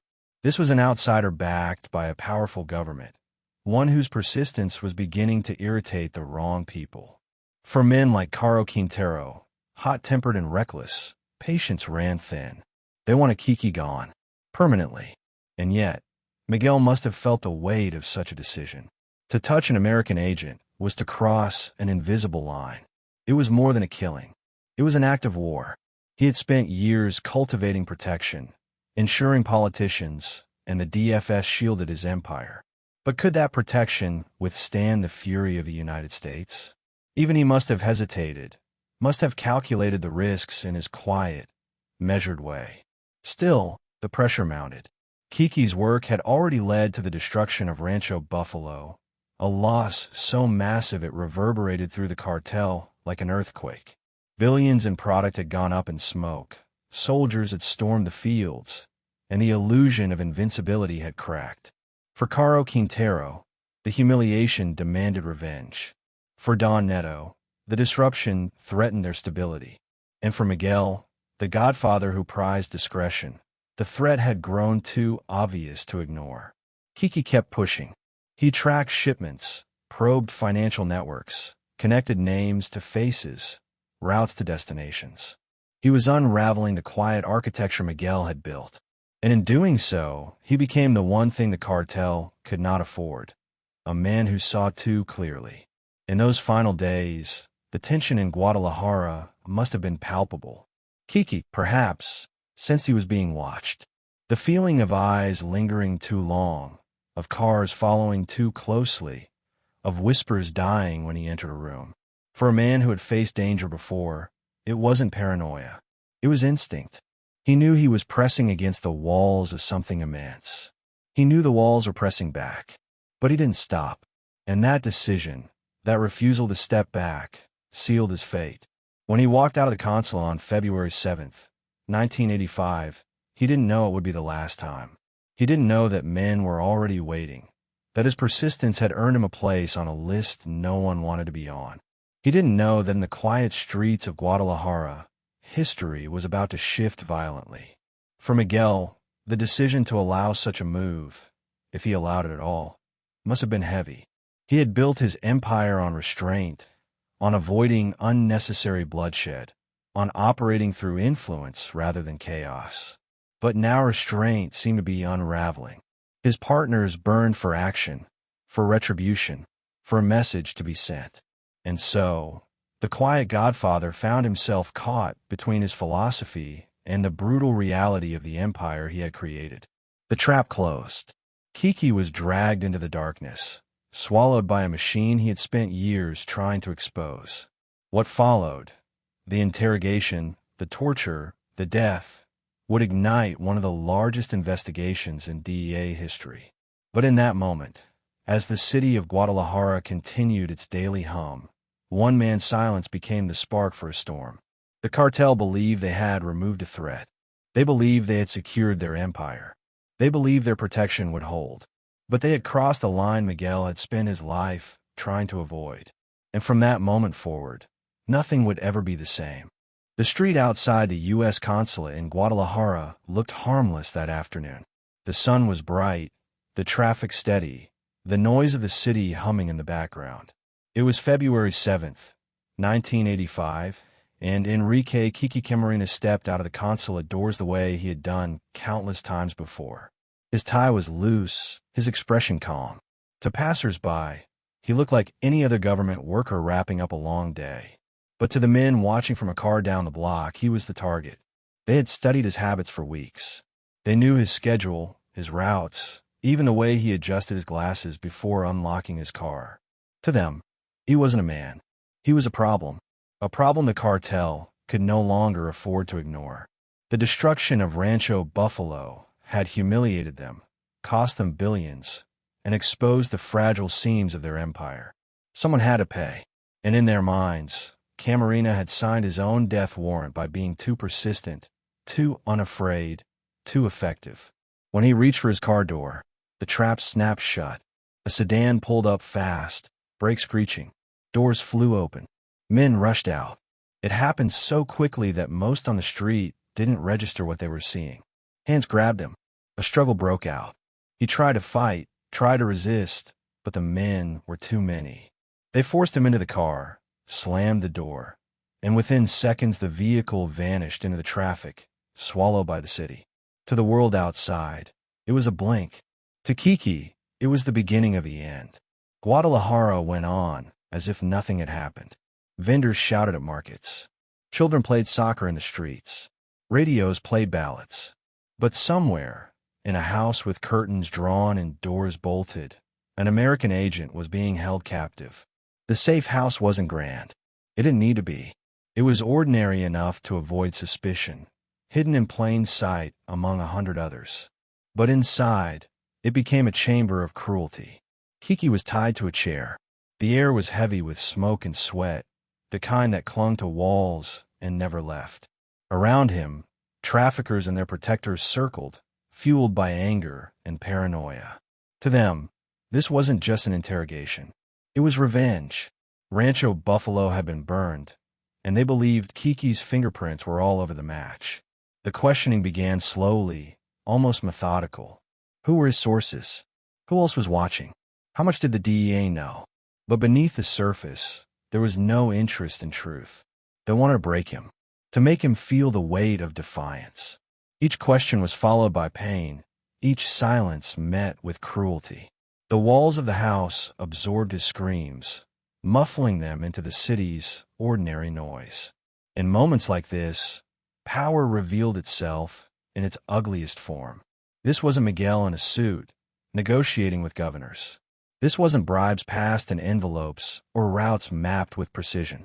This was raw brutality, a reminder that beneath the architecture of influence lay a foundation of violence. For the men who orchestrated the abduction, it was necessary. A message had to be sent. The Americans had to learn that meddling had consequences. And yet, for those in the room, there must have been unease. Even as they carried out the interrogation, some must have known they had crossed a line that couldn't be uncrossed. Killing rival smugglers was one thing. Bribing police was another.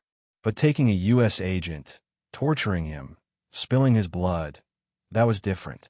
That was provocation on a scale they had never attempted. It was stepping into the center of storm without knowing how hard it would strike back. Kiki's resolve became the battleground. He endured longer than they expected. He refused to give them what they wanted. His silence was his last act of defiance, and it enraged them. They turned up the cruelty, dragging the process out, stretching hours into days. The recordings of that ordeal, later uncovered, would haunt investigators, echoing as evidence of both his courage and their savagery. Outside the house, Guadalajara remained oblivious. American officials grew uneasy when he didn't return home, when his absence stretched from hours into a day, then into two. Phone calls were made. Questions were asked. Whispers spread that the cartel had taken him, but no one dared to say it too loudly. The Guadalajara Cartel was too powerful, too deeply protected. To accuse them openly was to invite danger. Inside the safe house, time bled together. The men holding him believed they were securing their empire, showing strength. In reality, they were signing its death sentence. Each strike, each question, each scream was another crack in the illusion of untouchability Miguel had spent years cultivating. The protection from politicians and the DFS could shield them from many things. But could it shield them from the wrath of the United States? Miguel himself was not the man wielding the weapon. That was never his way. He preferred the distance of influence, the clean hands of administration. But whether he sanctioned it or merely allowed it, the abduction tied his name forever to the act. For years, he had prided himself on restraint, on running an empire that thrived on order rather than chaos. Now chaos was consuming them from within. The torture dragged on, the safe house becoming a place where morality dissolved into shadows. Kiki's body weakened, but his refusal hardened. He carried within him the weight of every case he had built, every file he had compiled, every farmer and smuggler who had whispered truths into his ear. His silence was a shield, his last defense against men who believed they could beat secrets out of him. Days passed before it ended. When it finally did, the men in the safe house were left with a body, broken and lifeless, evidence of their rage. They disposed of him with the cold efficiency of criminals who believed they had solved the problem. To them, the threat was gone. The agent was silenced. The empire was safe again. But the truth was the opposite. With his death, they had awakened to fury. The United States would not let the murder of one of its agents pass as just another casualty in the drug war. Operation Leyenda, the largest DEA homicide investigation in history, was already forming in the minds of officials who would stop at nothing to uncover what had happened. The safe house returned to silence. The city returned to its home.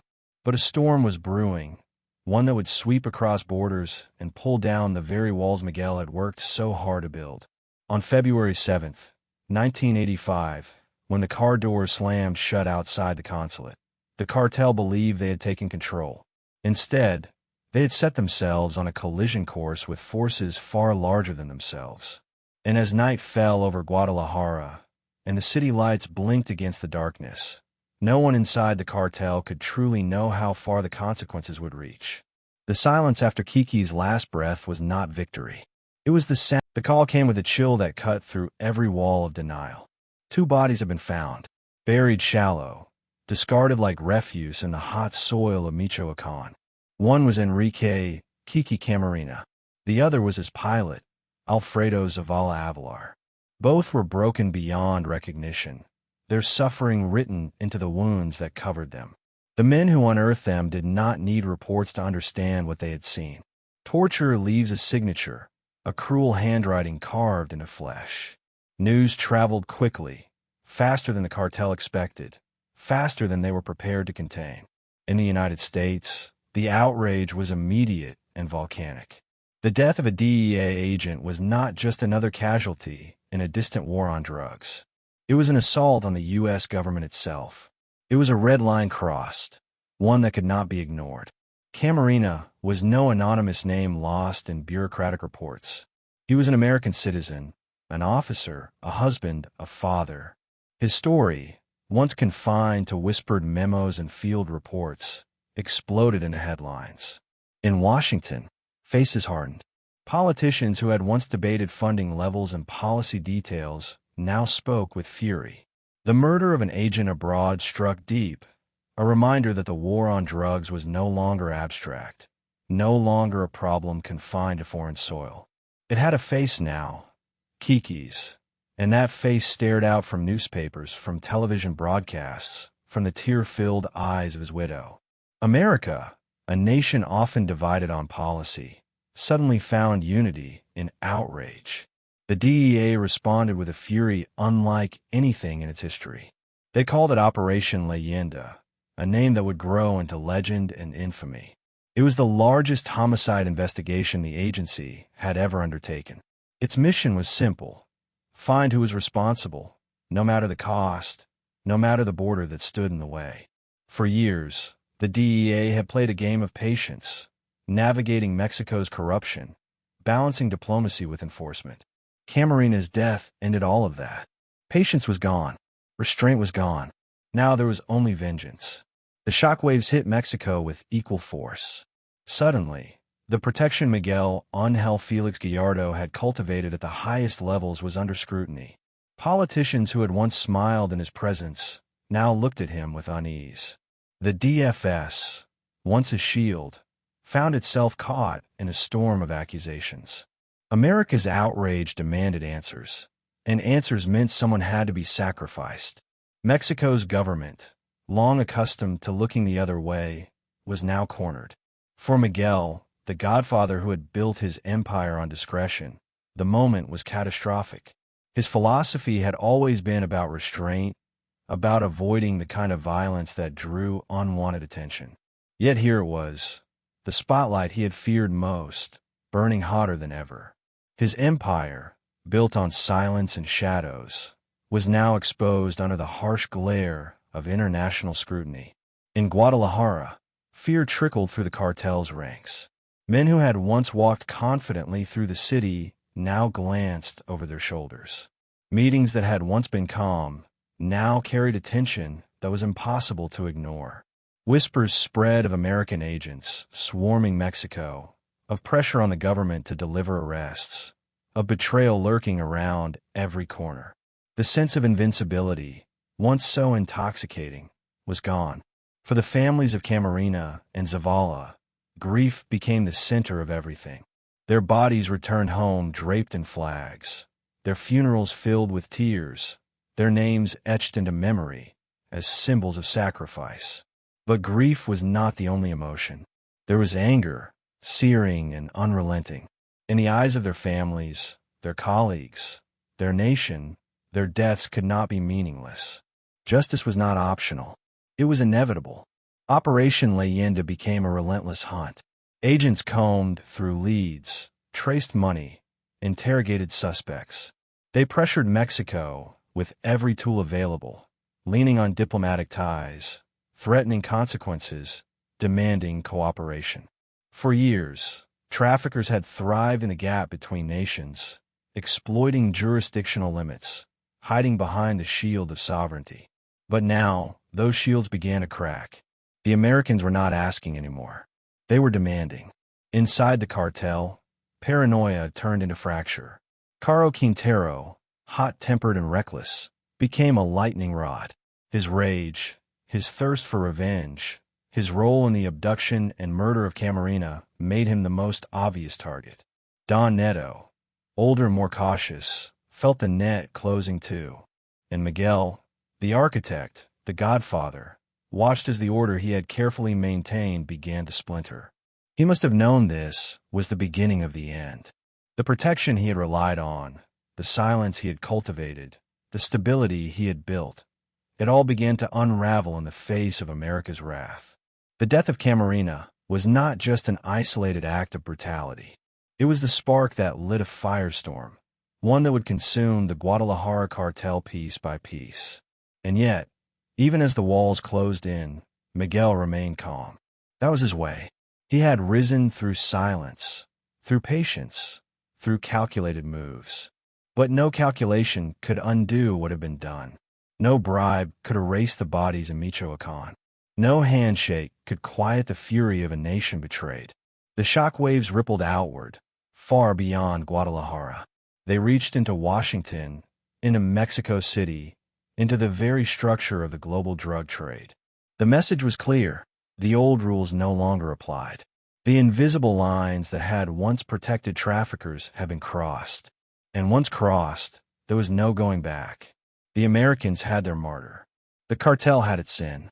And the war that followed would reshape everything. But for Miguel, the Godfather who preferred shadows to blood, the most haunting truth was this. The murder that sparked the fire wasn't just an act of vengeance. It was a mistake that would unravel the empire he had spent his life building.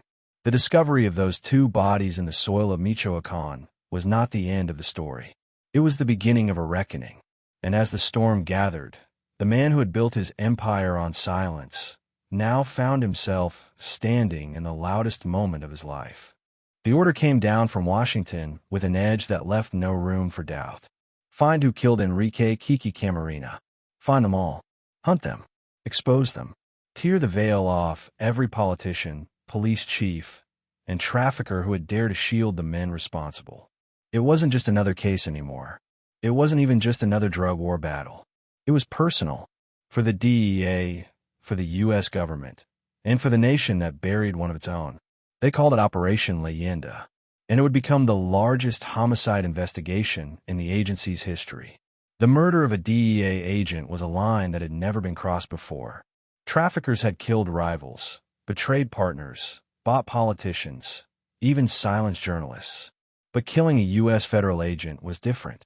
It was like shooting at the flag itself. It struck at the very core of American authority, and it triggered a fury that would not stop until blood and justice balanced the scales. From the moment Camarena's body was found, agents in the United States worked like men possessed.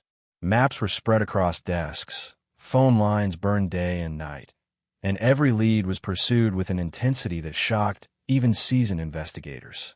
Teams of DEA agents rotated through Mexico, relentless in their pursuit. They didn't care about stepping on diplomatic toes. They didn't care about subtlety. This was vengeance dressed as justice, and nothing would slow it down. Diplomatic pressure became the weapon of choice. Washington leaned hard on Mexico City. Meetings grew tense. Behind closed doors, American officials reminded their counterparts of aid packages, trade deals, and alliances. They reminded them what was at stake if Mexico refused to act. For decades, traffickers had survived because corruption created shadows for them to hide in. But under this kind of spotlight, those shadows began to thin. Miguel Félix Gallardo, the Godfather who had built his empire on restraint and invisibility, must have felt the ground shift beneath him. He had always known the Americans were dangerous, but this was different. This was rage sharpened into policy.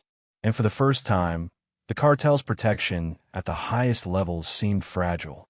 Politicians who once shook his hand warmly now avoided his gaze. Officers who once boasted of their loyalty now whispered nervously in corners. The shield was cracking. The Americans wanted names. They wanted arrests. And Mexico was forced to deliver. The first to fall was Rafael Caro Quintero. Brash, reckless, and impulsive, his rage over Rancho Buffalo had set much of this tragedy in motion. In the spring of 1985, he fled Guadalajara as the walls closed in. But no amount of money or connections could keep him hidden forever. He was tracked to Costa Rica, arrested, and flown back to Mexico. His capture sent shockwaves through the cartel's ranks. The man who had once strutted through nightclubs with arrogance was now behind bars, his empire collapsing into whispers. Then came Ernesto Don Neto Fonseca Carrillo. Older, steadier, he had been a voice of caution within the cartel. But caution could not save him from the storm. In April of 1985, soldiers stormed his safe house where he was hiding. He surrendered without the bravado of youth, carried away as an old man who had seen too much, perhaps already knowing that the empire he helped build was crumbling. These arrests were celebrated in Washington as victories, proof that Operation Leyenda was working. Newspapers splashed photos of captured traffickers, television anchors spoke of justice, and the American public cheered. But beneath the headlines, the investigation pushed deeper, darker. Agents uncovered names of officials in Mexico who had colluded, who had accepted bribes, who had looked the other way. The DFS, once untouchable, now found itself tainted by scandal. The very institution meant to protect the nation was exposed as the cartel's willing partner. In Guadalajara, paranoia spread like a sickness. Men whispered about who might be next. Was it safe to trust anyone? Could the Americans reach into every safe house, every office, every pocket? Miguel, calm as ever, tried to maintain order. He reminded his partners that he had connections, that his influence still mattered. But even he must have felt the unease. The Americans were not stopping. They were not negotiating. They were tearing down every wall, one by one. Operation Leyenda became more than an investigation. It was a message. It said to traffickers, "You are not invincible." It said to politicians, "Your deals and envelopes will not protect you forever." It said to Mexico, "The eyes of the United States are wide open now, and they will not close again." For traffickers who had thrived in silence, it was like being dragged into a blinding spotlight. But the most dangerous effect of all was the pressure it placed inside the cartel. With Caro Quintero and Don Neto behind bars, Miguel stood increasingly alone at the top. He was the one who had envisioned a centralized system, the one who had held it all together. But now the system was under siege, and the Americans were circling closer. His calm, his discretion, his suits and silence could not change the fact that the storm was reaching him. Every arrest, every seizure, every headline carried a warning. The old ways were dying. The untouchable empire was no longer untouchable. The illusion had shattered the moment Kiki Camarena was taken, and now the fallout was swallowing everyone connected to it. And yet, even as the DEA closed in, even as the walls narrowed, Miguel remained composed. To him, panic was weakness. He told himself that empires did not collapse overnight, that he still had allies, still had time. But time was running out. The Americans were patient, but they were relentless. And they had already shown that they would not stop until the Godfather himself was in their grasp. Operation Leyenda had begun with 2 bodies in the soil of Michoacán. By 1989, it had grown into a storm that shook governments, toppled allies, and carved the Guadalajara Cartel into pieces. The world Miguel had built was changing fast, slipping through his fingers like sand. But the final act of this story was yet to come, because the man who once seemed untouchable was about to discover what it meant to live with. The night Miguel Ángel Félix Gallardo walked into his mansion in Guadalajara, the silence was deafening. Once his house had been alive with the quiet shuffle of bodyguards, the laughter of family, the clink of glasses in private meetings. Now it felt hollow, the walls echoing a truth he could no longer ignore. His empire, the Guadalajara Cartel, was fracturing. His partners were gone. Rafael Caro Quintero sat behind prison bars. Ernesto Fonseca Carrillo, too, had been captured, his voice silenced. Miguel was left standing alone, the last pillar of a house that was already crumbling under its own weight. But outwardly, he remained calm. He had always been calm. Panic was a weakness, and Miguel never allowed weakness to show. He continued to wear tailored suits, to speak with measured tones, to carry himself like the administrator he believed he was. He reassured his remaining allies that the structure could hold, that order could be maintained, that they would survive the storm. Yet, deep inside, he must have known the truth. Without his partners, without the balance of their voices, without the illusion of invincibility, the walls were closing in. Operation Leyenda had already changed everything. The DEA was relentless, pushing deeper into Mexico than ever before. American agents applied pressure at every level, on diplomats, on politicians, on police chiefs who had once looked the other way. The United States wasn't asking for cooperation anymore. It was demanding it. And Mexico, trapped between protecting its sovereignty and appeasing its neighbor, began to give ground. Arrests were made. Raids were launched. The system of protection that had once shielded the cartel was splintering under the weight of foreign outrage. Miguel tried to adapt. He knew the empire could not survive in its old form, so he shifted strategies. He stopped drawing power from visibility and began to retreat further into shadows.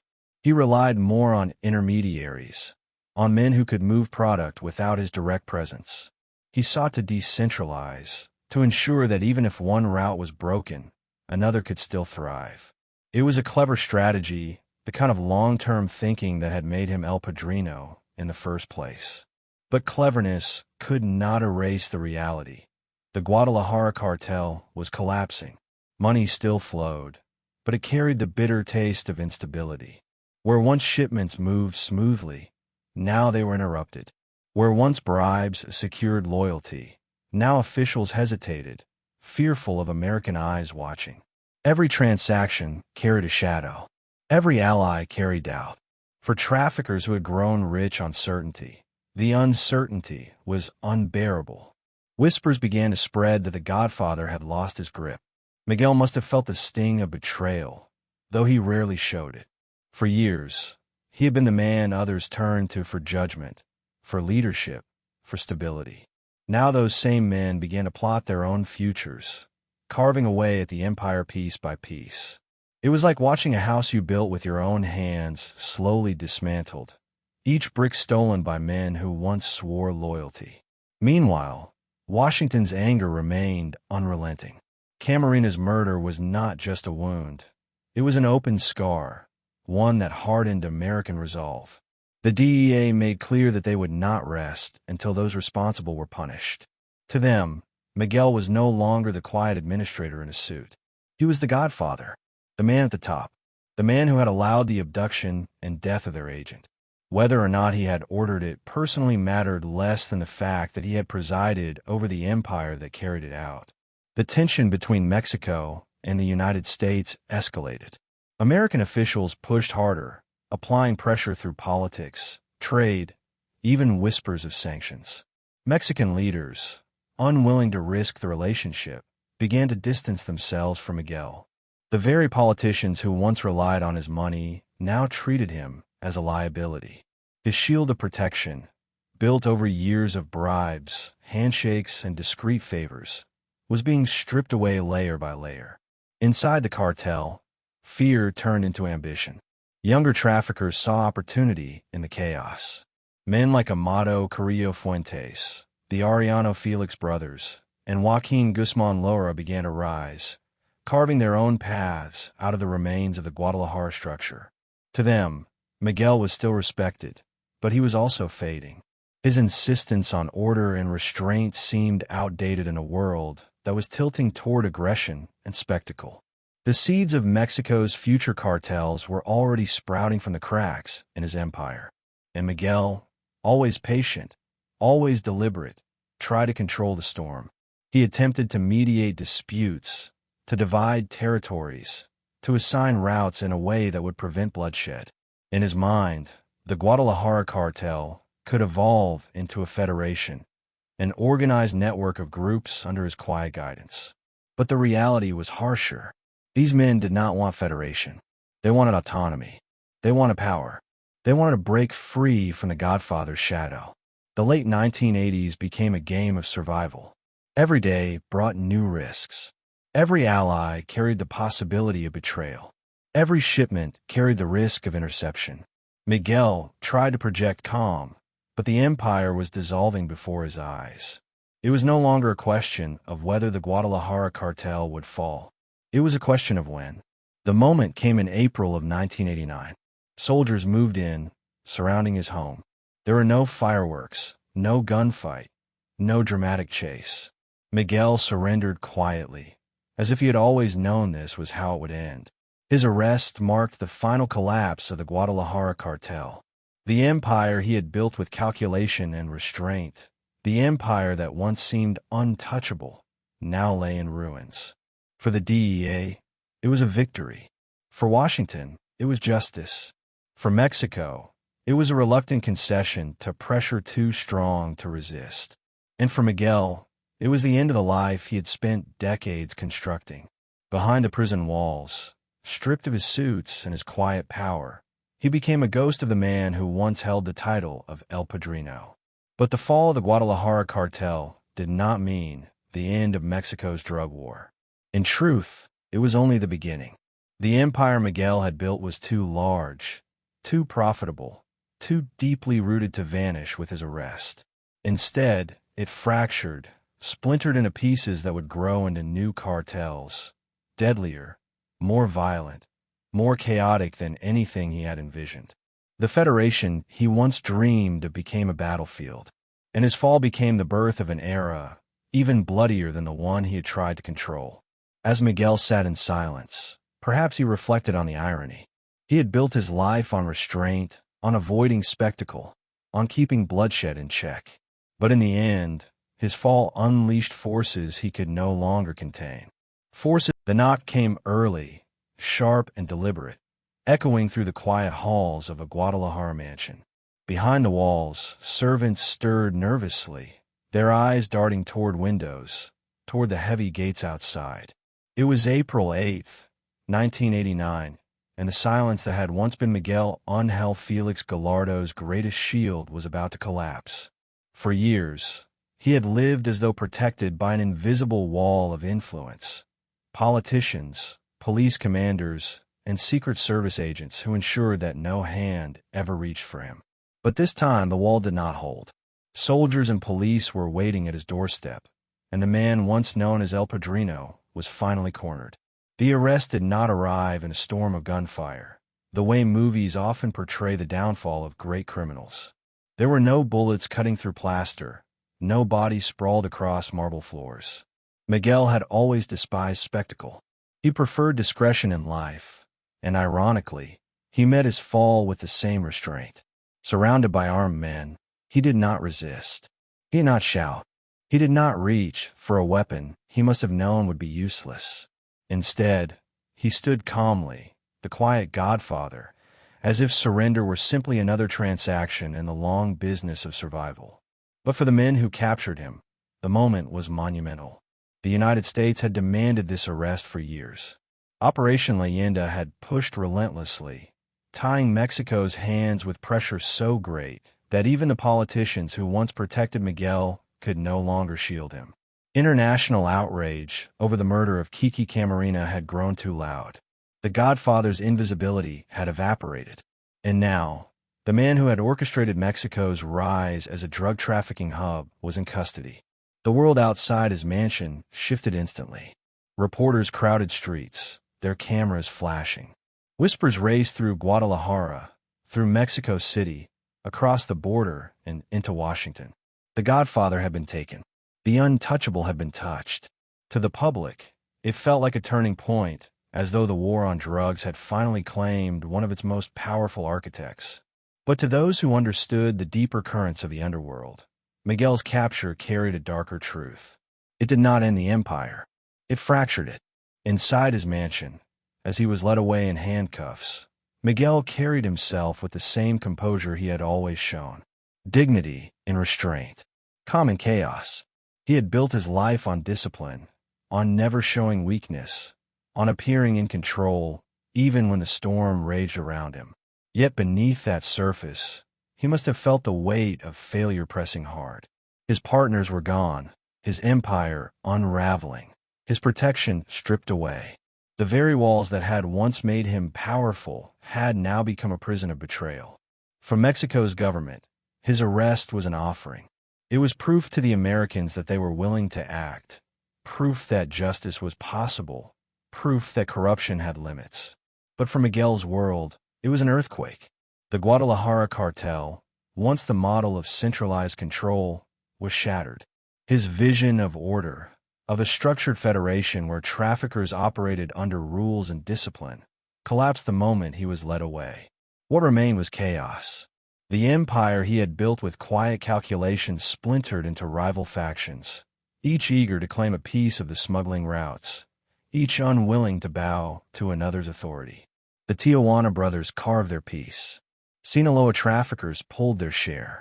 Juárez built its power. In his absence, Mexico's underworld became a battlefield. Violence, the very thing Miguel had tried to control, became the new language of power. But on that day in April, none of that had fully unfolded yet. What existed was the image of a man in a suit, escorted by soldiers, his expression unreadable. For decades, he had been a shadow no one dared to challenge, the whisper that carried more weight than a scream. Now he was a prisoner, his silence broken not by words but by the clink of chains. The irony was brutal. Miguel had built his reputation on avoiding the kind of recklessness that destroyed other traffickers. He wore suits, not gold chains. He brokered deals in quiet rooms, not through blood spilled in alleys. He believed in invisibility, in discretion, in order. And yet it was not the flamboyant who brought down the wrath of the United States. It was him, the careful Godfather, undone not by his excess, but by the storm unleashed when his empire crossed a line with Camarina's murder. In the quiet of his arrest, perhaps Miguel reflected on the years that had brought him here. The boy from Sinaloa who once guarded a governor's family. The young officer who shook hands with smugglers. The rising figure who turned Guadalajara into the heart of Mexico's drug trade. The Godfather who built a system so vast it became indistinguishable from the state itself. And now, the prisoner, led away by the very institutions he had once controlled. The streets of Guadalajara seemed unchanged. Children still played, markets still buzzed, cars still honked in traffic. But for those who knew, everything was different. The capture of Miguel Félix Gallardo was the end of an era. The centralized power of the Guadalajara Cartel was over. The age of the Federation was dead, and the age of fragmentation, of chaos, of endless violence had begun. Yet even as he was led into custody, Miguel's mind must have turned to strategy. He was a man who believed in structure, in adaptation. He had already begun to think about how to hold influence from behind bars, how to maintain control even when stripped of freedom. He had no illusions about the challenges, but he had built too much, invested too deeply, to believe it would simply vanish. His empire might be broken, but he still had pieces left to move. The world saw the fall of a kingpin. But Miguel saw something else, the chance to reshape the game one last time. Still, the reality was undeniable. The Godfather was in chains. His capture signaled the official end of the Guadalajara Cartel, the empire that had once seemed untouchable. And in its place would rise a new world of cartels, bloodier and more chaotic, born from the ashes of his dream for order. As night fell on April 8th, 1989, and Miguel sat in a cell for the first time as a prisoner, a question lingered in the air. Was this truly the end of his reign, or merely the beginning of a different kind of power? The silence of that night offered no answer, only uncertainty. The ocean air of Acapulco carried with it the illusion of calm, the sound of waves breaking against the shore masking the tension simmering in a private villa. Behind closed doors, far from the crowded beaches and the laughter of tourists, the most powerful traffickers in Mexico gathered around a polished table. Cigarette smoke curled toward the ceiling, glasses of whiskey sweated in the heat, and the air was thick with mistrust. It was 1989, and Miguel Ángel Félix Gallardo, the Godfather, was about to redraw the map of Mexico. The meeting was born of necessity. The arrests of Rafael Caro Quintero and Ernesto Fonseca Carrillo had shaken the Guadalajara Cartel to its core. Miguel himself was under relentless pressure, his once invisible shield of protection cracking with every demand from Washington, every whisper of betrayal in Mexico City. The old model of a centralized cartel, united under his quiet authority, could not survive. The empire he had built so carefully was collapsing, and he knew it. If there was to be order, if the business was to continue, it had to be divided. Acapulco was chosen carefully. It was neutral ground, far from Guadalajara, far from Sinaloa, far from the violence that had begun to bubble in the north. A city of luxury and escape, where men of wealth could blend in with tourists, where business could be disguised as leisure. Yet inside that villa, there was no leisure. There was only calculation. Miguel arrived in his usual fashion, calm, composed, a businessman rather than a gangster. His suit was immaculate, his words measured, his demeanor one of authority. Even as his world crumbled, he carried himself with the dignity of El Padrino. Around him sat lieutenants and future kings, men who had once bowed to his judgment, but now eyed each other with hunger. The Arellano Felix brothers, ambitious and ruthless. Joaquin Guzman Lara, restless and cunning. Amado Carrillo Fuentes, quiet but already envisioning his own empire. Each of them represented a future Miguel could not control, but for this moment, they were still within his reach. The Godfather spoke with the same tone he had always used, low and steady, the voice of a man who believed in order. He told them the era of centralization was over. The days of one umbrella protecting all traffickers had ended with Camarena's death, with the arrests, with the storm now raging around him. If they wanted the trade to survive, it had to evolve. The solution, he explained, was to divide Mexico into plazas, territories. Each man would control his own plaza, oversee his own routes, and manage his own profits. But in exchange, each would owe loyalty to the system, paying a tax upward to maintain peace. It was a bold plan, and in many ways, it mirrored the old feudal systems of kings and lords. The plazas would be fiefdoms, each ruled by a trafficker who answered not to a government, but to the underworld. The Tijuana corridor would belong to the Arellano Félix brothers, a family known for their ruthlessness and flair for violence. Juárez would go to Amado Carrillo Fuentes, the man who would later earn the title the Lord of the Skies. The Sinaloa routes, rich with tradition and ambition, would fall to Guzman and his allies. Other territories were carved up like pieces of a kingdom. Matamoros, Gulf ports, border crossings, all assigned under Miguel's final act of authority. The men listened, some nodding, some bristling. They understood the necessity, but necessity did not erase ambition. Each of them saw not just a plaza, but the possibility of empire. Each of them imagined the day when the Godfather's voice would no longer matter, when they would no longer pay a tax upward, when they could rule absolutely. Miguel must have known this. He was too intelligent not to sense the ambition burning in the room. But what choice did he have? Better to divide the empire under a semblance of order than to watch it collapse into immediate chaos. The atmosphere in the room was heavy with unspoken threats. Every glance carried suspicion. Every nod carried calculation. These were not friends gathered for a toast. They were predators forced to share the same cage, each tolerating the other only because the Godfather's presence demanded it. The ocean waves outside continued their rhythm, indifferent to the quiet tension inside. Miguel laid out the rules. Each plaza boss would have autonomy, but violence between them would not be tolerated. Cooperation was essential. If one fell, the others would support him. If one betrayed, the others would destroy him. It was a fragile balance, but it was the only balance possible. The men agreed, at least outwardly. Glasses were raised, hands were shaken, promises were made. For a moment, it seemed as though Miguel had succeeded in preserving order. But even as the meeting closed, the cracks were already visible. The Arellano Felix brothers had no intention of playing by rules that limited their thirst for dominance. Guzman was too ambitious to remain content with a single corridor. Amado, though quieter, was already dreaming of an empire that would eclipse them all. What Miguel saw as a system of control, they saw as an invitation to carve their own kingdoms. The Acapulco meeting became legend. It was the birth of modern Mexico's cartel map, the division of territories that would shape decades of violence. It marked the end of the Guadalajara Cartel and the beginning of something far more chaotic. Instead of one Godfather holding the threads, there were now many, each pulling in different directions, each determined to be the one who rose above the rest. For Miguel, it was a bittersweet moment. He had managed to impose order one last time, to act as the Godfather even as his grip slipped.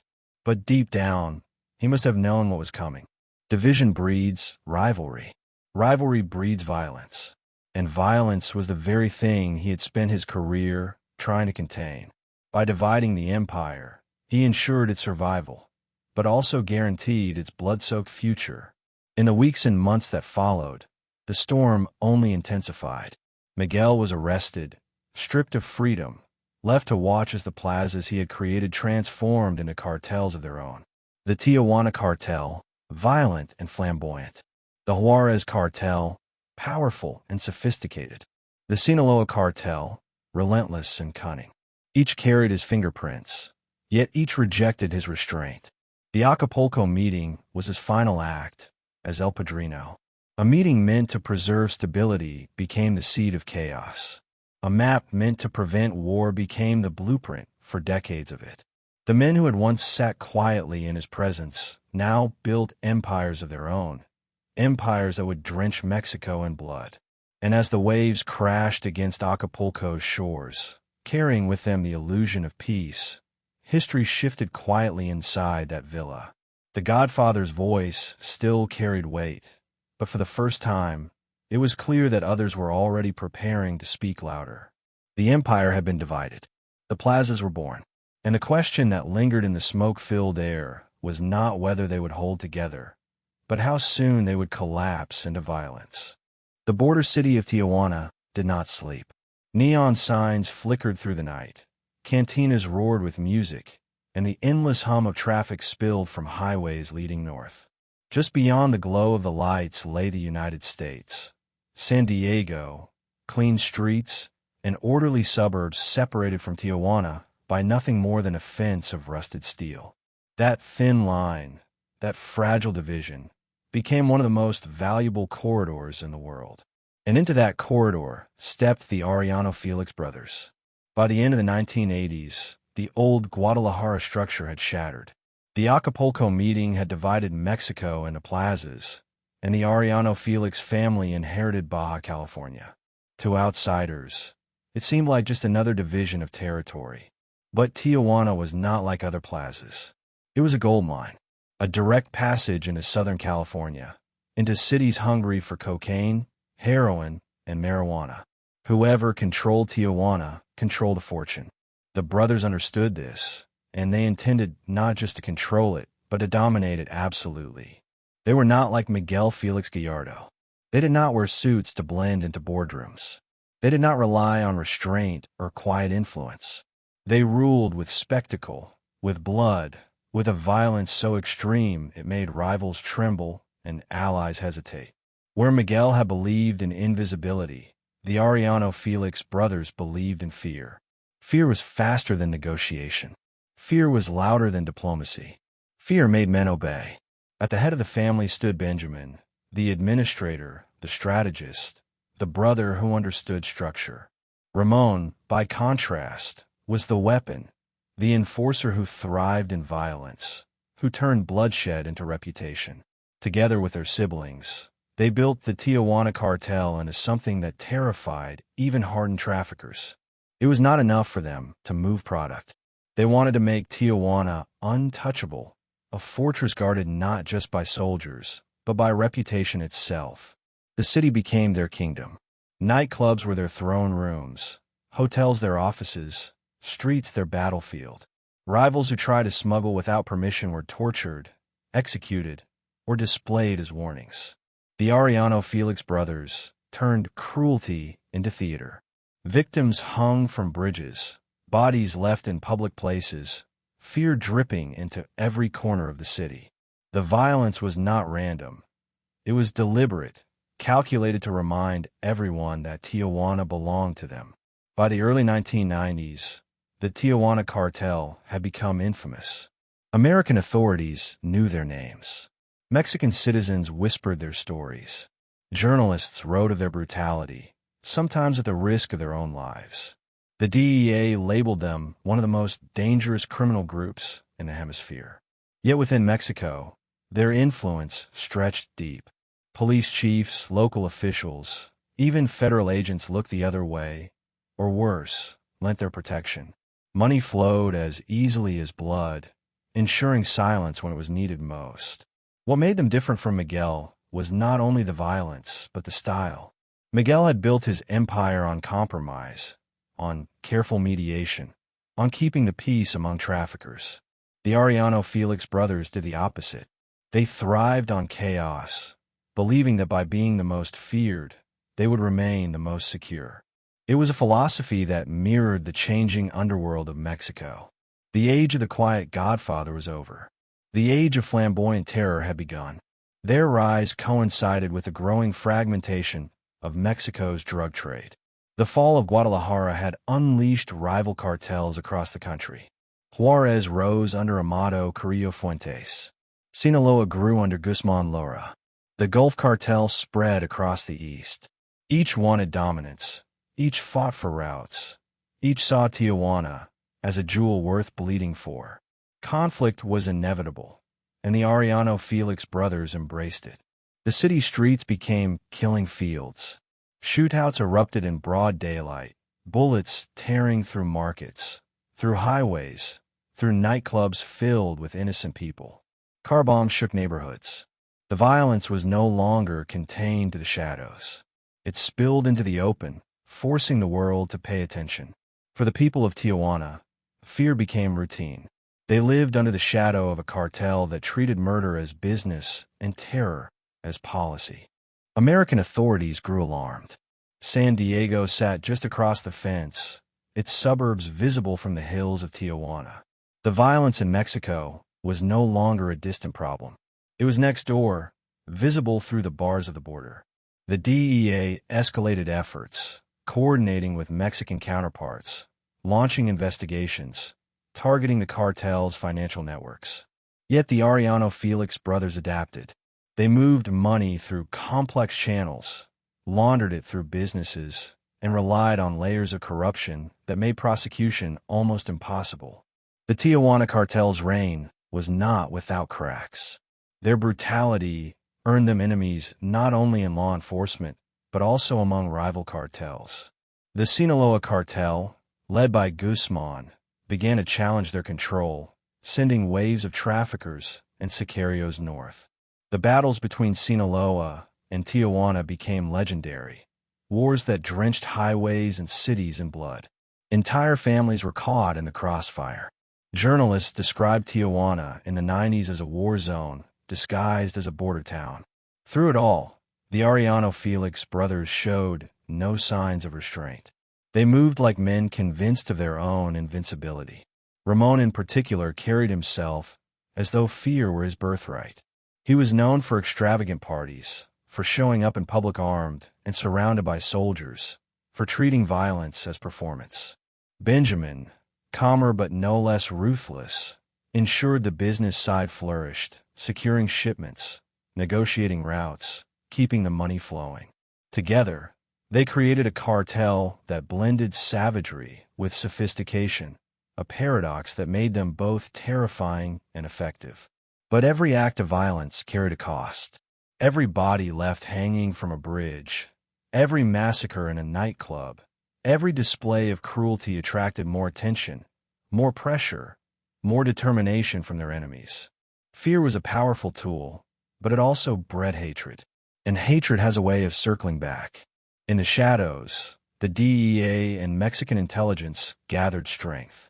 Rival cartels sharpened their knives. And the people of Mexico, caught in the middle, endured the consequences of a philosophy that believed blood was the surest currency.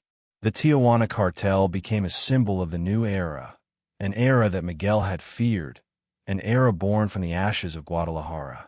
The restraint of the Godfather was gone, replaced by the brutality of men who ruled not with whispers, but with screams. Yet even as the Arellano Félix brothers celebrated their dominance, the seeds of their downfall were already being planted. Alliances strained, mistakes piled up, enemies gathered, and though they ruled Baja California with iron fists, iron always rusts. The city of Tijuana remained alive, neon lights flashing, music pouring from cantinas, cars rushing across the border. But beneath the noise, beneath the glamour of a city awake all night, the streets told another story. A story of fear, of power, of bodies buried in shallow graves. The Arellano Félix brothers had made Tijuana theirs. But in doing so, they had also painted targets on their backs. And soon, the war they had unleashed would come crashing back with a force even they could not control. The night sky above Juárez was restless. Planes moved like shadows across the horizon, their engines low, their lights often switched off. To most of the city below, they were invisible, just whispers against the wind, just a faint hum that disappeared into the desert air. But to those who knew, those who waited in warehouses and on airstrips carved from dirt, those planes carried more than cargo. They carried fortune. They carried power. They carried the new vision of a man who would come to be known as El Señor de los Cielos, the Lord of the Skies. Amado Carrillo Fuentes was not born into the cartel spotlight. He was not the loudest voice in the room, nor the most flamboyant. He didn't command attention with theatrics or blood-soaked warnings. His genius was quieter, more technical, more visionary. Where others thought about routes and border crossings, Amado thought about altitude, distance, and capacity. Where others loaded trucks, he loaded aircraft. And in the vacuum left by the fall of Guadalajara, he transformed the Juárez corridor into one of the most lucrative trafficking routes in the world. Juárez was the perfect launch pad. Sitting across from El Paso, Texas, it offered direct access into the United States. Highways stretched like veins north and east. Railroads carried goods across the border, and the desert offered endless hiding places. But what set Juárez apart was its airstrips. Dozens of them, some official, many improvised, dotting the northern landscape. They became the landing pads for a revolution in smuggling. Amado understood something simple but devastating. Cocaine shipments were growing larger by the year. Demand in the United States was insatiable. Moving small loads through couriers or vehicles was inefficient. The future was scale. The future was bulk. And bulk required planes, big planes. He began acquiring fleets, sometimes old passenger jets, sometimes cargo planes, retrofitted and stripped down for one purpose: to move tons of cocaine across borders in a single flight. This innovation earned him his title, the Lord of the Skies. It was more than a nickname. It was a statement of dominance, a recognition that Amado had taken trafficking into a new dimension. While rivals fought over streets and highways, Amado owned the skies above them. His planes lifted off from Colombia, heavy with product, and touched down in Mexico, where loads were broken down and funneled north. Each flight was worth millions. Each successful landing tightened his grip on power. But planes alone didn't guarantee safety. To move with such scale required protection, and Amado was as skilled at building networks as he was at buying aircraft. He cultivated ties with Mexican military officers, with airport officials, with police who ensured that his planes took off and landed without interference. In Colombia, he negotiated with the Cali and Medellin cartels, earning their trust as a reliable partner.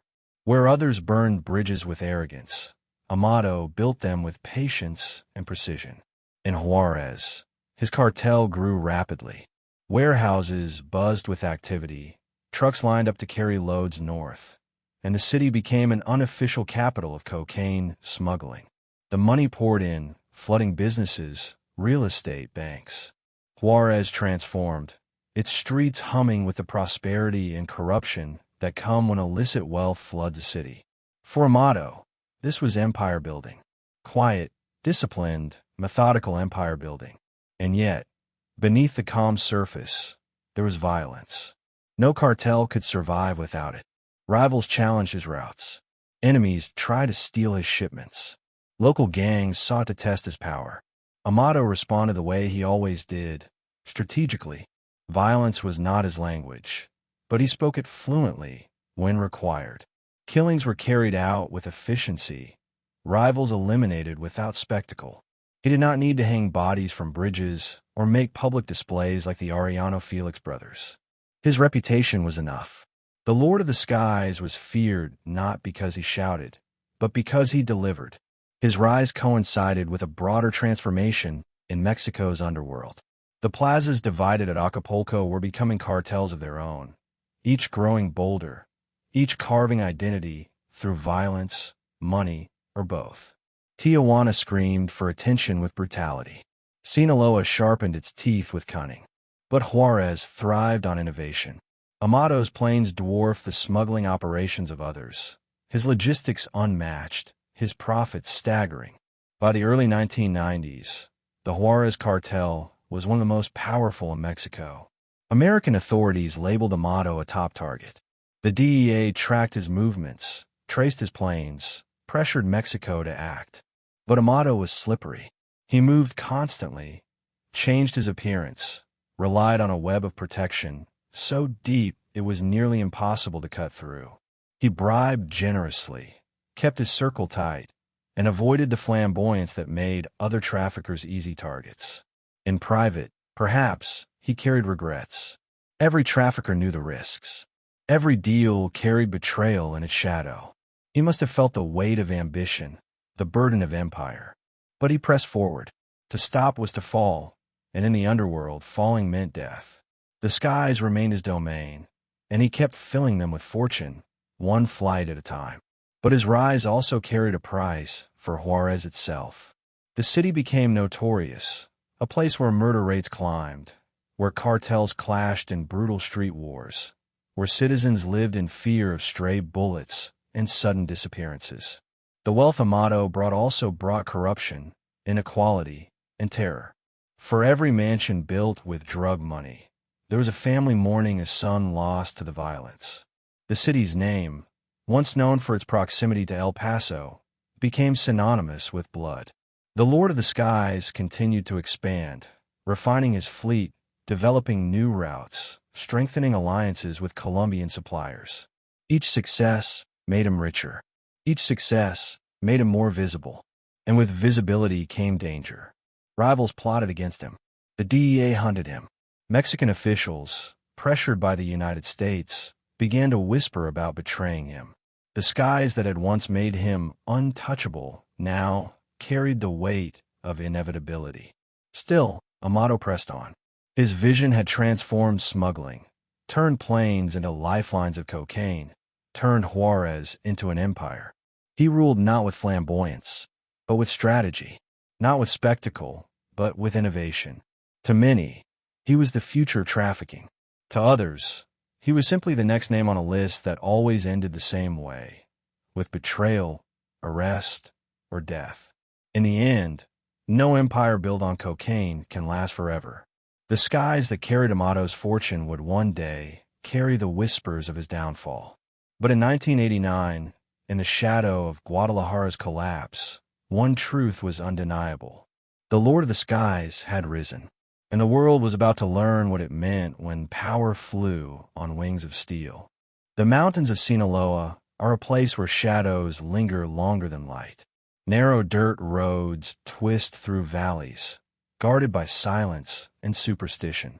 In these rugged hills, the smell of earth mixes with the faint sweetness of marijuana plants hidden in fields, and behind every humble village lies a story of survival. For generations, Sinaloa had been Mexico's cradle of traffickers, a land where poverty bred resilience and resilience bred ambition. And from these mountains rose a group of men who would inherit the fractured remnants of Miguel Ángel Félix Gallardo's empire. Their names, Joaquin Guzman, Hector Palma, and Ismael Zambada, would become etched in blood and power. Together, they would forge the foundation of the Sinaloa Cartel, the most powerful drug trafficking organization the world has ever known. It did not begin with grandeur. It began with desperation, with men who came from little, men who carried the scars of poverty and the hunger for more. Guzman, short in stature but restless in ambition, earned his nickname El Chapo, the short one. Palma, known as El Güero for his light complexion, carried a temper as quick as his smile. Zambada, the elusive Mayo, moved differently, quieter, calmer, a man who understood the value of patience. In the late 1980s, these men were lieutenants, soldiers of a greater order. But when the Guadalajara Cartel splintered, they saw an opening. What was once a single empire was now a battlefield of opportunity. Sinaloa's inheritance was not the wealth of Juárez or the bloody reputation of Tijuana. It was something subtler, routes carved through mountains and deserts, networks of growers and smugglers, a history of defiance rooted in the land itself. Where others saw limitation, these men saw potential. They believed that from Sinaloa's rugged soil, they could grow an empire vast enough to eclipse them all. At first, it was survival. With Miguel behind bars, loyalties shifted and rivalries flared. The Arellano Felix brothers sought to dominate the West. Amado Carrillo Fuentes built his sky empire in the north. Each cartel demanded its share. Each prepared to fight for it. For Guzman, Palma, and Zambada, the question was not whether they could compete, it was whether they could endure. El Chapo became the face of that endurance. Ambitious and daring, he believed in tunnels, passages carved beneath the earth to smuggle drugs across the U.S. border undetected. To him, the ground was not an obstacle, but a canvas. He invested in architects of the underworld, men who could carve paths invisible to the eye. These tunnels, equipped with lights and rails, became lifelines, moving cocaine north while avoiding the checkpoints above. In time, they would become his signature, symbols of both ingenuity and audacity. El Güero Palma carried his own legend.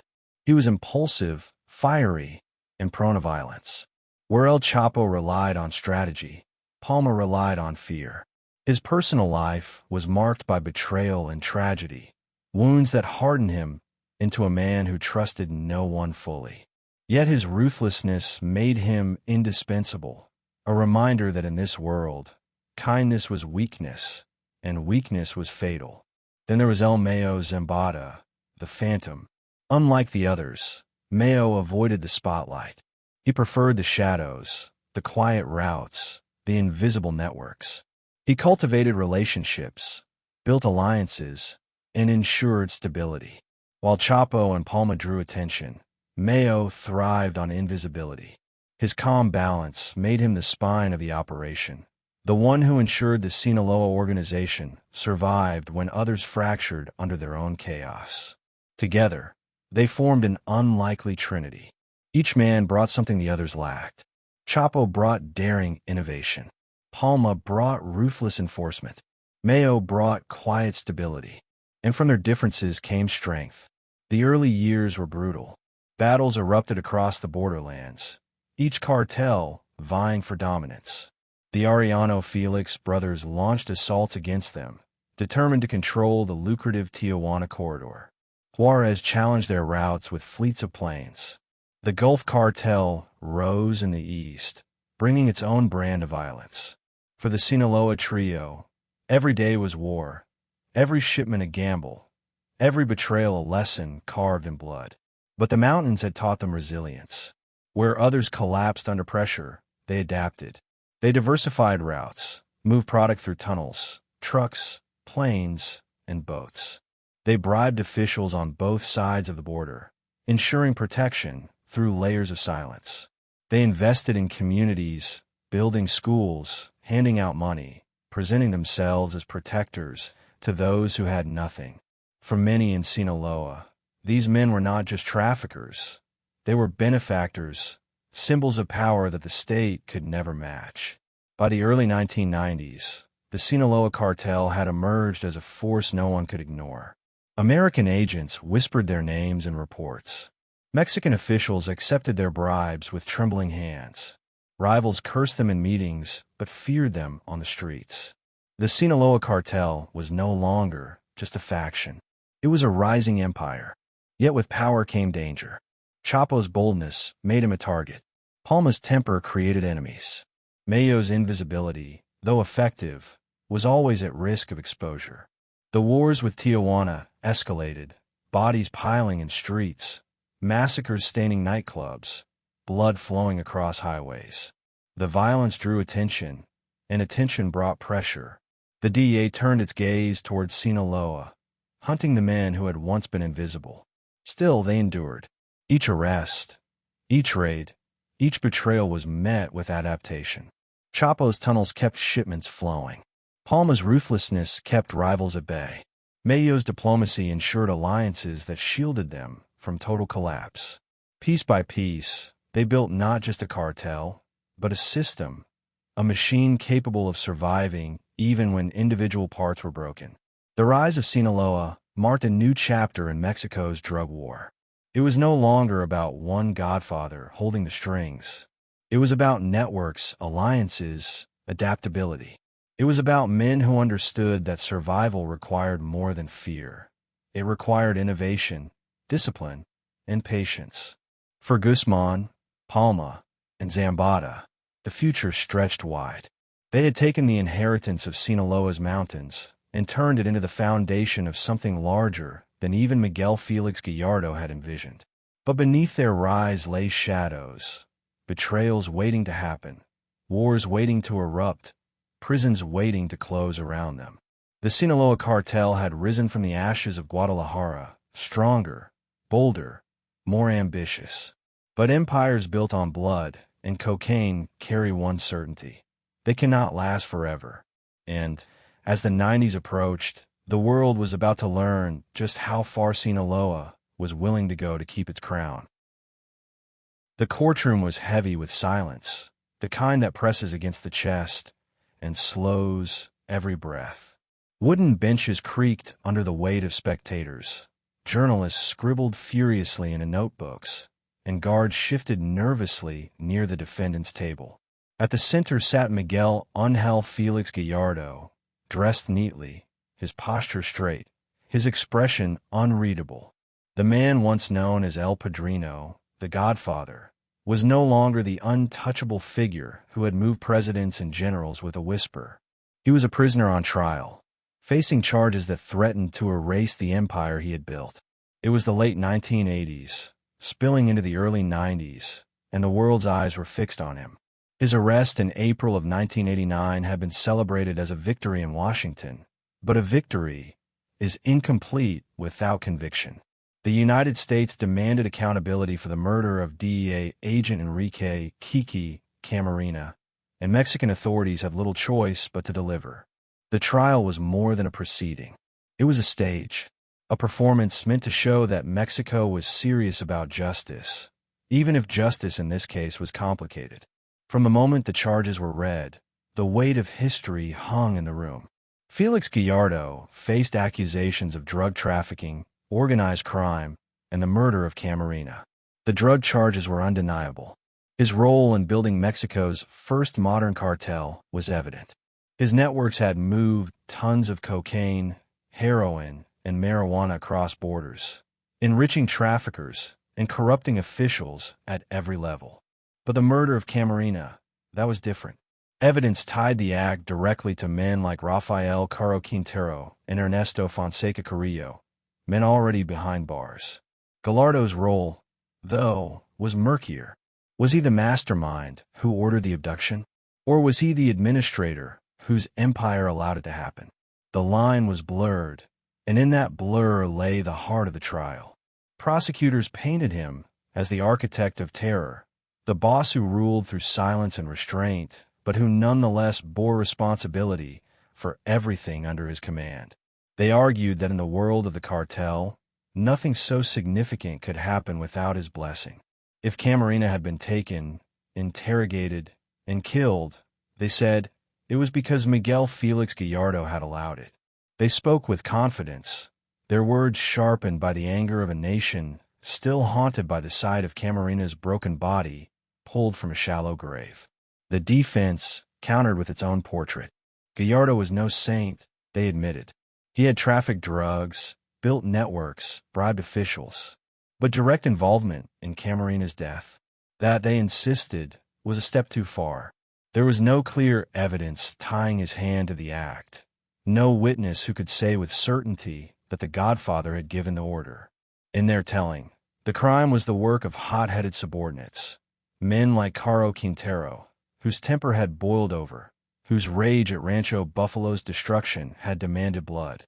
Gallardo, they argued, was being scapegoated, punished for the sins of others because the United States demanded a villain powerful enough to match the crime. The truth lay somewhere in the shadows, in the spaces between testimonies and evidence, in the world of nods, whispers, and coded messages where the cartel operated.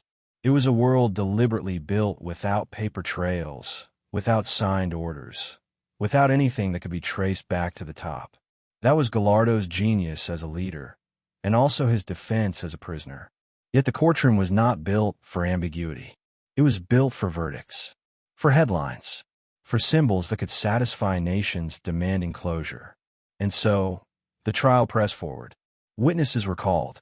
Informants testified. Documents were displayed. The atmosphere thickened with tension, every detail dissected, every silence scrutinized. Miguel sat through it all with the same composure he had shown in boardrooms and meetings, the same calm that had earned him the nickname El Padrino. He did not rant. He did not break down.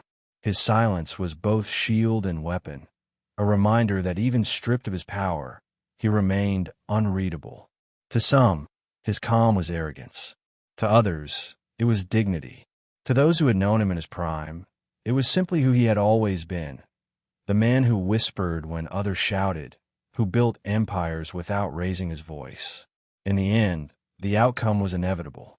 The political weight was too heavy, the demand for justice too great, the fury of Washington too loud. Miguel Ángel Félix Gallardo was sentenced to lengthy prison terms for drug trafficking and for his alleged role in the Camarena case. Decades in prison, a life stripped of freedom. The Godfather was condemned not only as a trafficker, but as a symbol of betrayal, the man who had allowed the murder of an American agent on Mexican soil. Yet, even as the sentence was handed down, debate lingered. Was he truly responsible for Camarena's death, or was he a convenient scapegoat?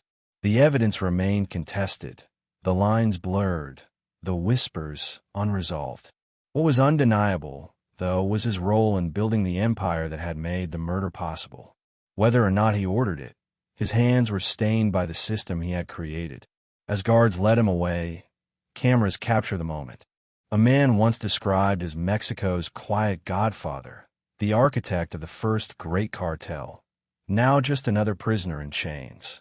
Outside the courthouse, crowds gathered, some celebrating, others skeptical.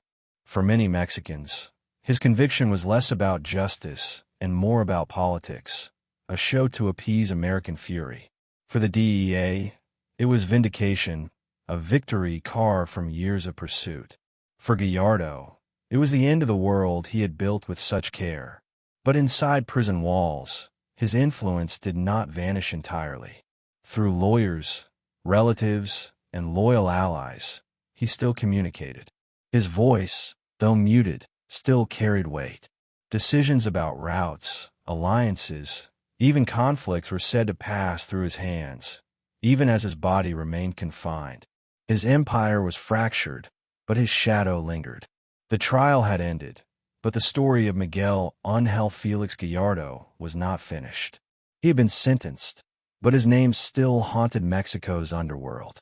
The Godfather was behind bars, yet the cartels he had helped create were growing stronger, bloodier, more chaotic than he had ever intended. And perhaps, in the quiet of his cell, he wondered if that was his greatest punishment. Not the decades in prison, but the knowledge that the empire he had tried to build with order had dissolved into an endless storm of violence. As the heavy doors closed behind him, the world outside shifted into a new era. The Guadalajara Cartel was gone. In its place stood the cartels of Tijuana, Juárez, and Sinaloa, rising like wolves from a carcass, each more ruthless than the last. The Godfather had been sentenced, but the story of the empire he left behind was far from. The heavy door slammed shut behind him, the sound echoing like the final gavel of judgment. Miguel Ángel Félix Gallardo sat in his cell, the man once called El Padrino, now reduced to a number within Mexico's prison system. The walls were bare, the air heavy with mildew, and the silence interrupted only by the distant clatter of guards' boots against concrete.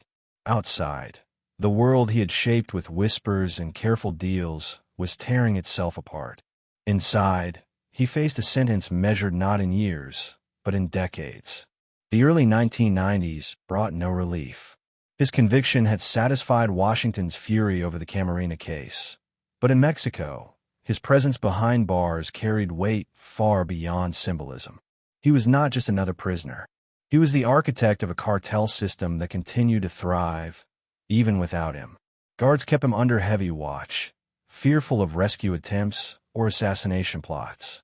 Yet despite the restrictions, his voice seeped beyond the walls.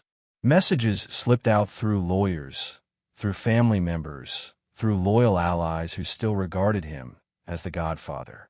Orders were whispered, alliances nudged, disputes mediated.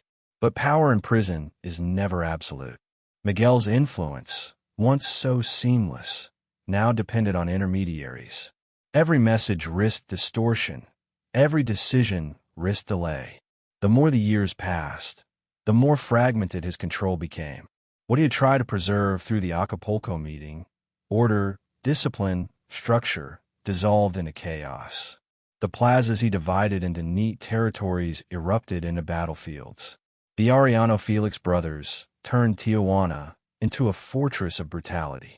Amado Carrillo Fuentes transformed Juárez into an empire of aircraft. Guzman, Palma, and Mayo pushed Sinaloa into global prominence.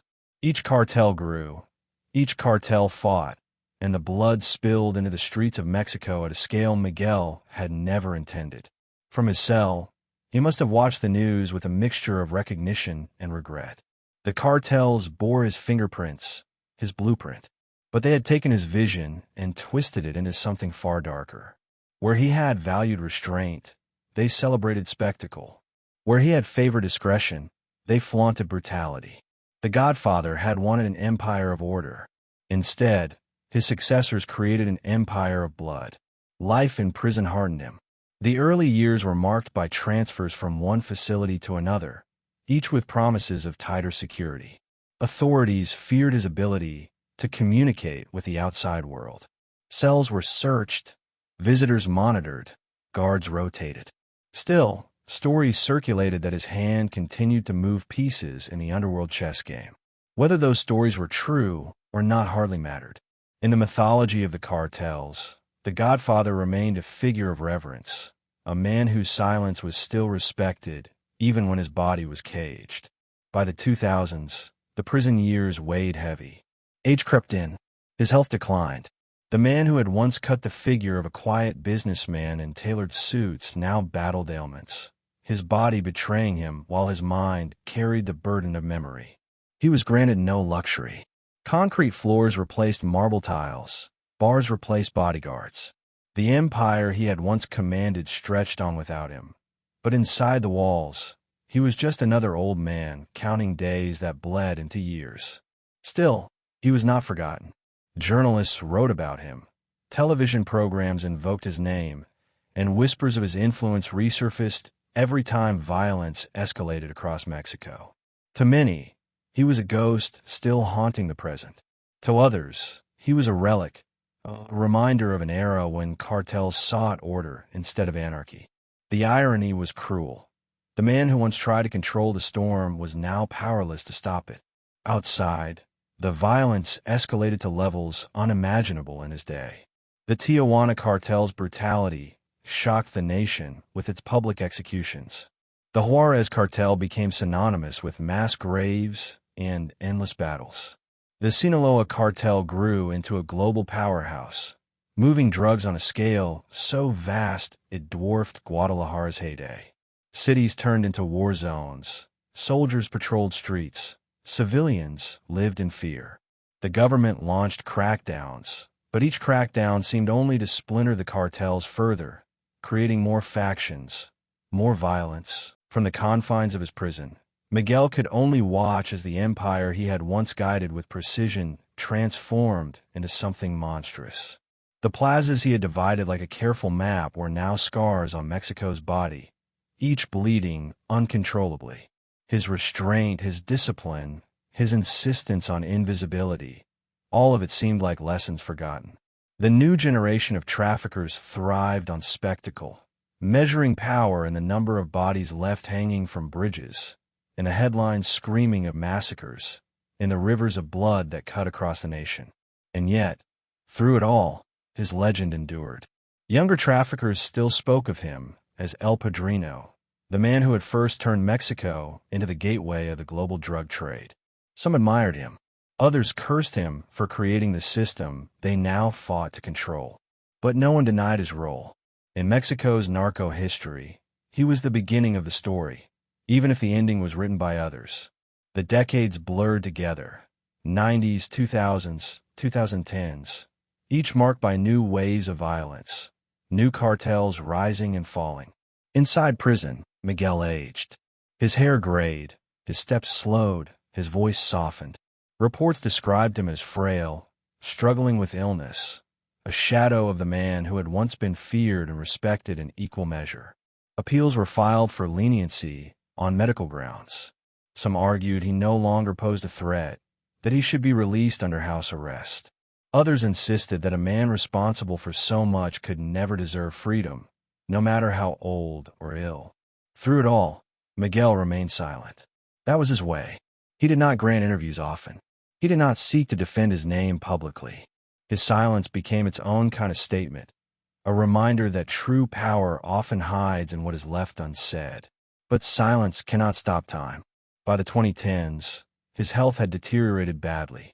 He was blind in one eye, nearly deaf, struggling to walk.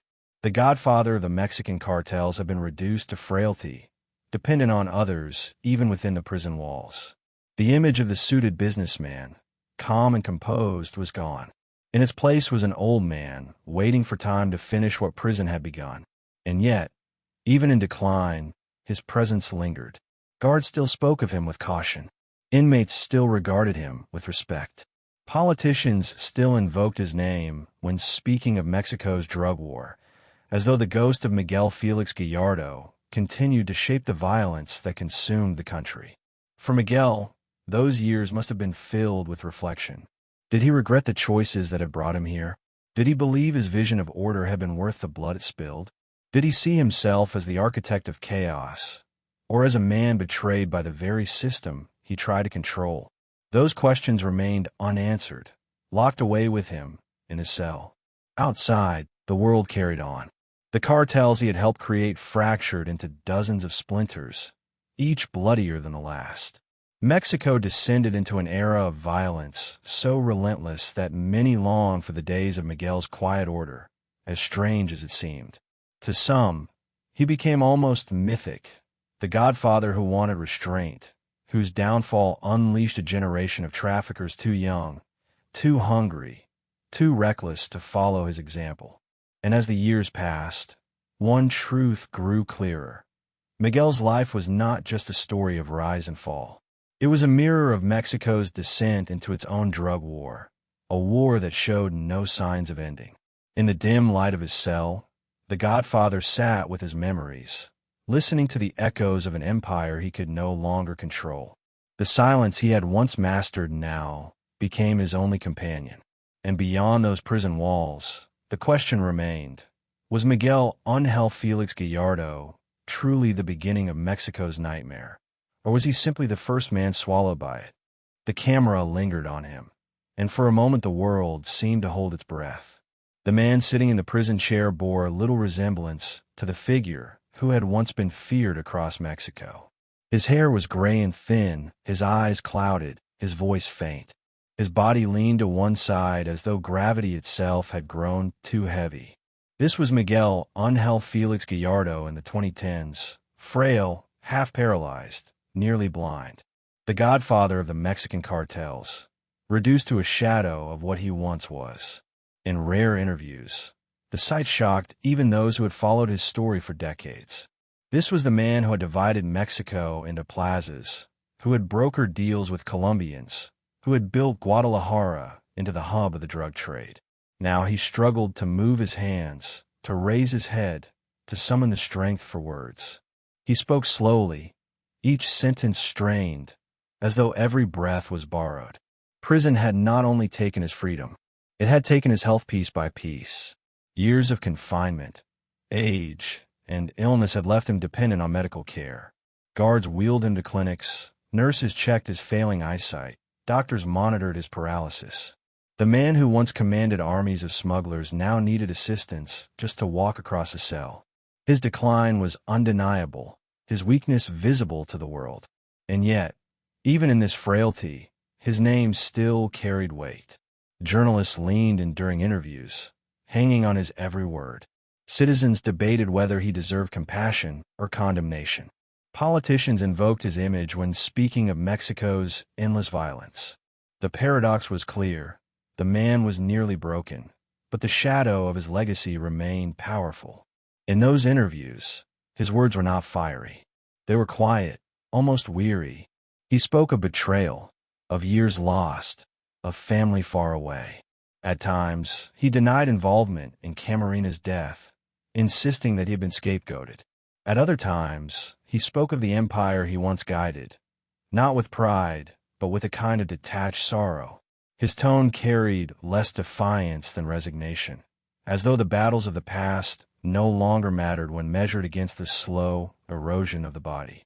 For viewers, the image was haunting. This was not the archetype of a cartel boss. No gold chains, no sunglasses, no bravado. This was an old man with failing eyesight and trembling hands, a man whose body had betrayed him long before his sentence was complete. It forced a question into the minds of many. What is justice when time itself does most of the punishing? Behind prison walls, his life was a cycle of medical visits and isolation. Guards still kept watch, though the idea of him orchestrating empires from a wheelchair seemed almost absurd. And yet, whispers persisted. Was his mind still sharp? Did he still send messages beyond the walls? Could he still influence the chaos outside, even as his body failed him? No one could say for certain, and perhaps that uncertainty alone kept his legend alive. The irony was cruel. Miguel Félix Gallardo had always believed in restraint, in avoiding spectacle. His philosophy had been about control, about building an empire that could last through discipline. But in his absence, his successors had torn Mexico into pieces. The plazas he once divided with careful calculation had transformed into rival kingdoms waging endless war. And as he sat in a prison chair, his body decaying, the nation he once shaped bled uncontrollably. Some observers pitied him. Others saw his frailty as nothing more than a fitting consequence. After all, how many families have been shattered by the cartels? How many lives have been lost to the empire he created? For them, his suffering was only a drop compared to the ocean of suffering he had unleashed. His blindness, his paralysis, his dependency, these were seen not as tragedies, but as fragments of justice. But others viewed him differently. To them, Miguel had been the last trafficker who sought order, who tried to contain the violence, who built systems instead of spectacles. They argued that his fall marked the moment chaos truly began, that his imprisonment had not ended the drug war, but made it worse. That Mexico, without a single godfather, had descended into a fractured nightmare of endless bloodshed. For them, seeing him frail and broken was bittersweet, a reminder not only of his crimes, but of the strange stability he had once enforced. In his old age, perhaps Miguel himself wondered about legacy. Did he see himself as a villain, or as a man consumed by forces larger than himself? Did he regret the choices that led him here, or did he believe history had judged him unfairly? Those questions lingered, unanswered, in the pauses between his words, in the blank stare of his nearly blind eyes. By the 2010s, he was living in near-total dependence. Reports described him unable to walk unassisted, his vision reduced to shadows, his hearing fading. His body was collapsing, but time moved slowly in prison. Days stretched into weeks, weeks into years. Each moment carried the quiet cruelty of inevitability. And yet he endured. Decades passed. Presidents came and went. New cartels rose and fell. Violence escalated to levels unimaginable in his era. But Miguel remained in his cell, aging quietly, surviving long enough to see the drug war he had once organized spin entirely out of control. The rare interviews of his later years served less as revelations and more as mirrors. They reflected the paradox of Mexico's history. One man who built an empire from whispers, who ruled through discipline, now sitting frail and silent while his successors painted the country in blood. The image of Miguel Ángel Félix Gallardo in a wheelchair, nearly blind, his words soft and halting, became symbolic. It was not just the decline of a man. It was the decline of an era. And as the camera panned away, leaving viewers with the sight of a broken Godfather staring into shadows, the question lingered. Was this truly justice, or simply the slow decay of a man who lived long enough to watch his empire burn without him? The door to his cell closed again, heavy and final. Outside, the war raged on. Inside, Miguel sat in silence, waiting for time to finish what prison had already begun. The chains were finally removed, but freedom did not come with celebration. It came with frailty. It came with an ankle monitor. It came with the quiet shuffle of guards escorting a man no longer feared for his power, but pitted for his weakness. In September of 2022, after more than 3 decades behind bars, Miguel Ángel Félix Gallardo was transferred to house arrest. The godfather of the Mexican cartels, once the architect of empires, now stepped into his twilight years not as a king, but as a relic, watched, tracked, and fragile. The news broke like a tremor across Mexico. Television anchors spoke of it with raised eyebrows. Journalists wrote about the irony, and citizens reacted with a mix of anger, disbelief, and indifference. Some called it justice delayed, justice diluted. Others shrugged, pointing out that the old man was no longer a threat. The man who had once sat at the head of Mexico's first true cartel was nearly blind, half paralyzed, and carried into his new freedom with the help of others. His release to house arrest was not a triumph. It was a reminder of time's slow punishment. Inside his small home in Guadalajara, he was fitted with an ankle monitor, cold, metallic, a constant reminder that even outside the prison walls, he was still a prisoner. Technology had replaced bars. His every move was tracked, his every step monitored. It was a cage without the steel. For Miguel, who had spent decades behind concrete walls, perhaps it felt like a kind of reprieve. But it was not freedom. It was surveillance disguised as mercy. He was 96 years old, his body ravaged by illness. He required constant medical care, medication for infections, assistance to stand, help to eat. The man who once built his empire on discipline and restraint now relied on nurses and family members for survival. His mind, still sharp in fleeting moments, was tethered to a body that could no longer obey. He was alive, but diminished, his presence a reminder not of strength but of inevitable decline. The decision to grant house arrest was framed as humanitarian. Courts pointed to his age, his failing health, the impossibility of his survival under prison conditions. Human rights advocates argued that keeping him in a cell was no longer justice. It was cruelty. Yet the shadow of his legacy complicated everything. For the families of Camarena and countless victims of cartel violence, the image of him resting in his home was unbearable. How could a man responsible for so much suffering, even indirectly, be allowed the comfort of his own bed, even under watch? The debate ignited across the country. Was his transfer a gesture of compassion or a betrayal of justice? Did his frailty absolve him of past sins, or did it matter only that he had lived long enough to outlast his empire? The answers varied depending on who was asked. To some, he was an old man with nothing left but regrets. To others, he remained the godfather who had planted the seeds of Mexico's drug war. For Miguel himself, the house arrest must have felt surreal. The city outside his window was not the Guadalajara he remembered. The skyline had grown, the traffic heavier, the streets louder. He had entered prison in the late 80s, when Mexico was a different world, when cell phones were rare, when cartels were still centralized.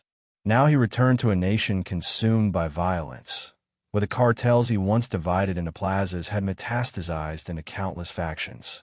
He had outlived many of the men who once sat with him in Acapulco, outlived his fiercest rivals, outlived even some of the DEA agents who had hunted him. And yet, he walked into a world unrecognizable, a world his actions had helped create but no longer resembled his vision. Rare glimpses of him surfaced, photographs, brief video clips, showing a man slumped in a chair, his face lined with age, his eyes distant. In interviews given just before his release, his voice trembled, his words heavy with fatigue. He denied involvement in Camarena's murder, repeating the claim that he had been scapegoated. He spoke of his regrets, of his lost years, of the family he no longer truly knew. There was no defiance left in him, only the resignation of a man who had been broken by time. And yet, beneath the frailty, his presence still carried weight. The ankle monitor around his leg was more than a piece of technology.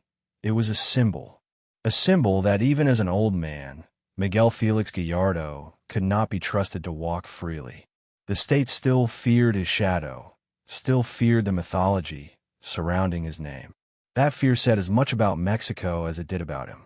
For the cartels that ruled the 2020s, his release meant little. They were too busy waging their own wars, too consumed with their own rivalries. The Sinaloa Cartel and the Jalisco New Generation Cartel battled across states, spilling rivers of blood, carving new empires from old scars. They did not owe their power to Miguel Félix Gallardo anymore, but his story remained the foundation of theirs. Every headline about his release carried a reminder. He had been the first, the blueprint, the man who divided Mexico into plazas.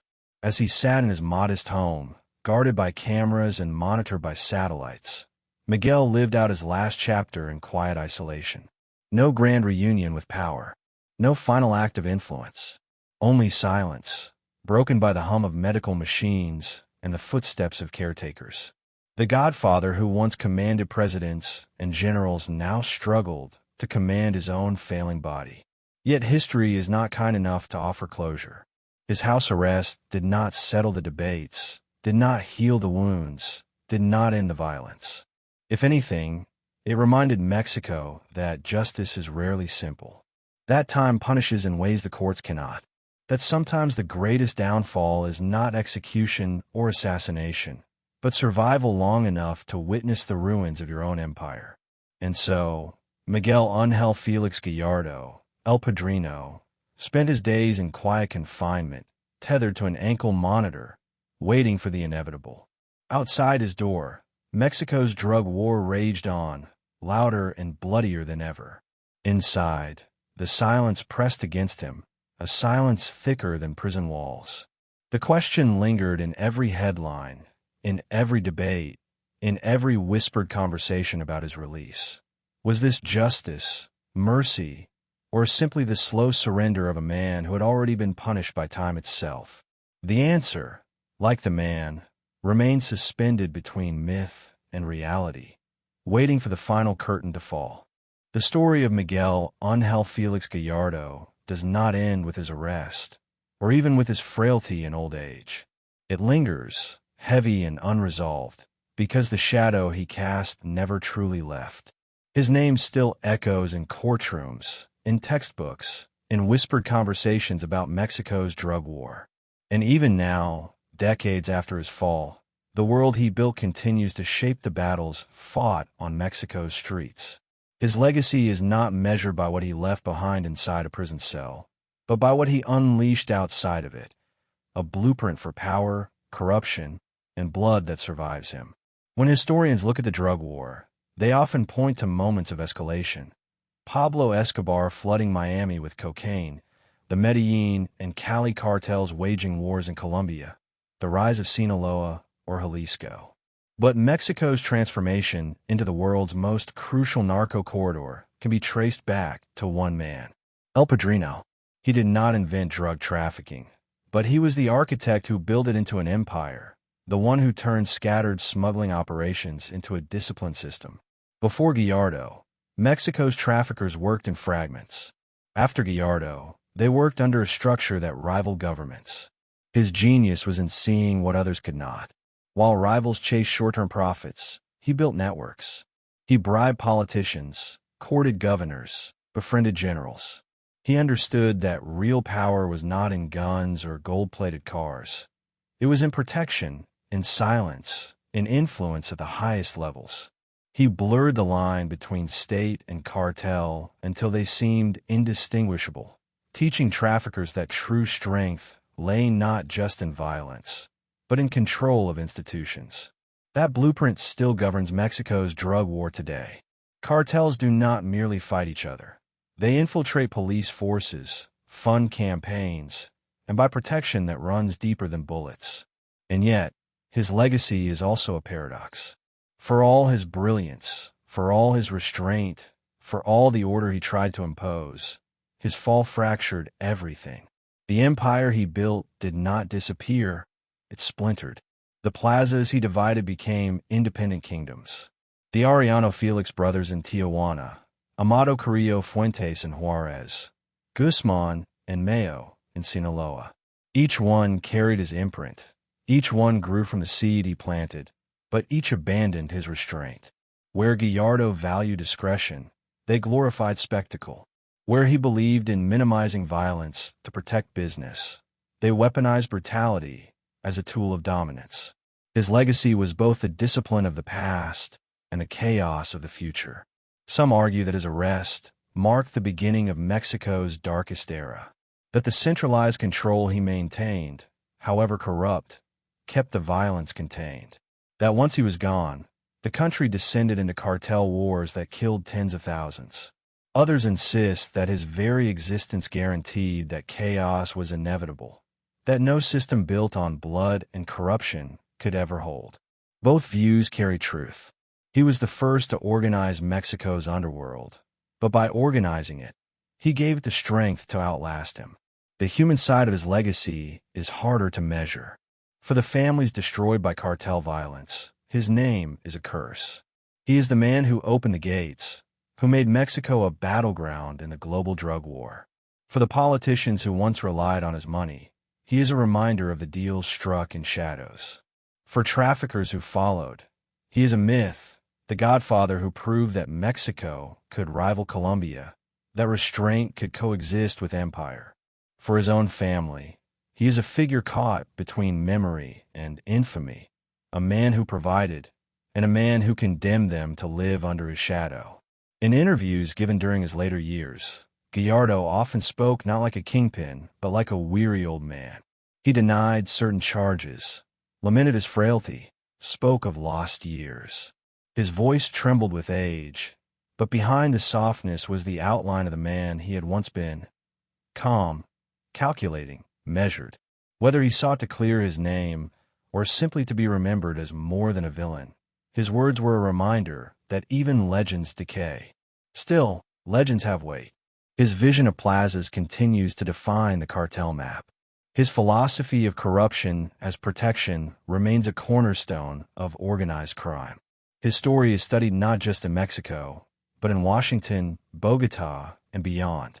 Law enforcement agencies trace their strategies back to lessons learned in Guadalajara.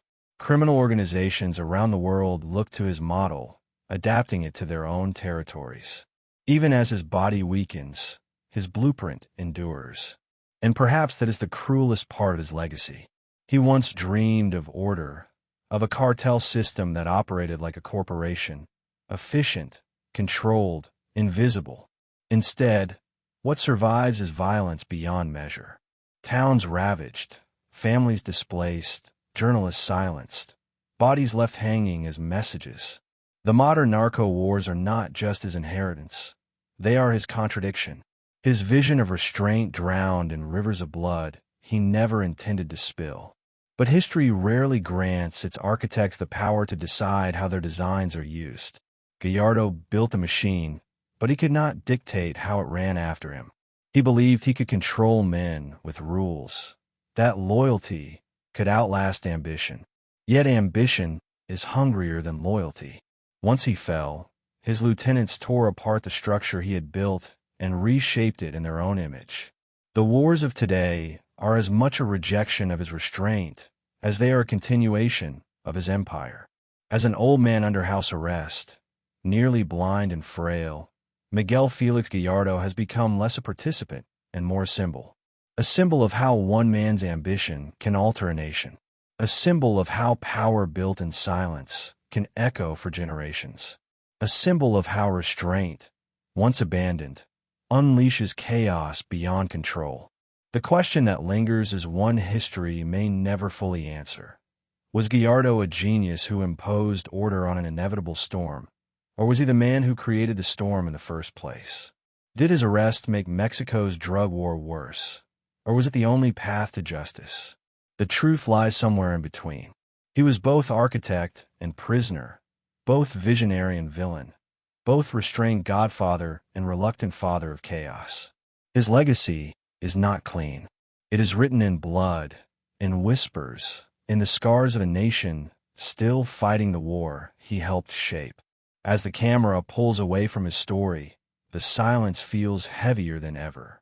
Because the truth is this: Miguel Ángel Félix Gallardo may fade, his body may wither, his voice may weaken, but the war he began, the blueprint he left behind, still burns across Mexico today.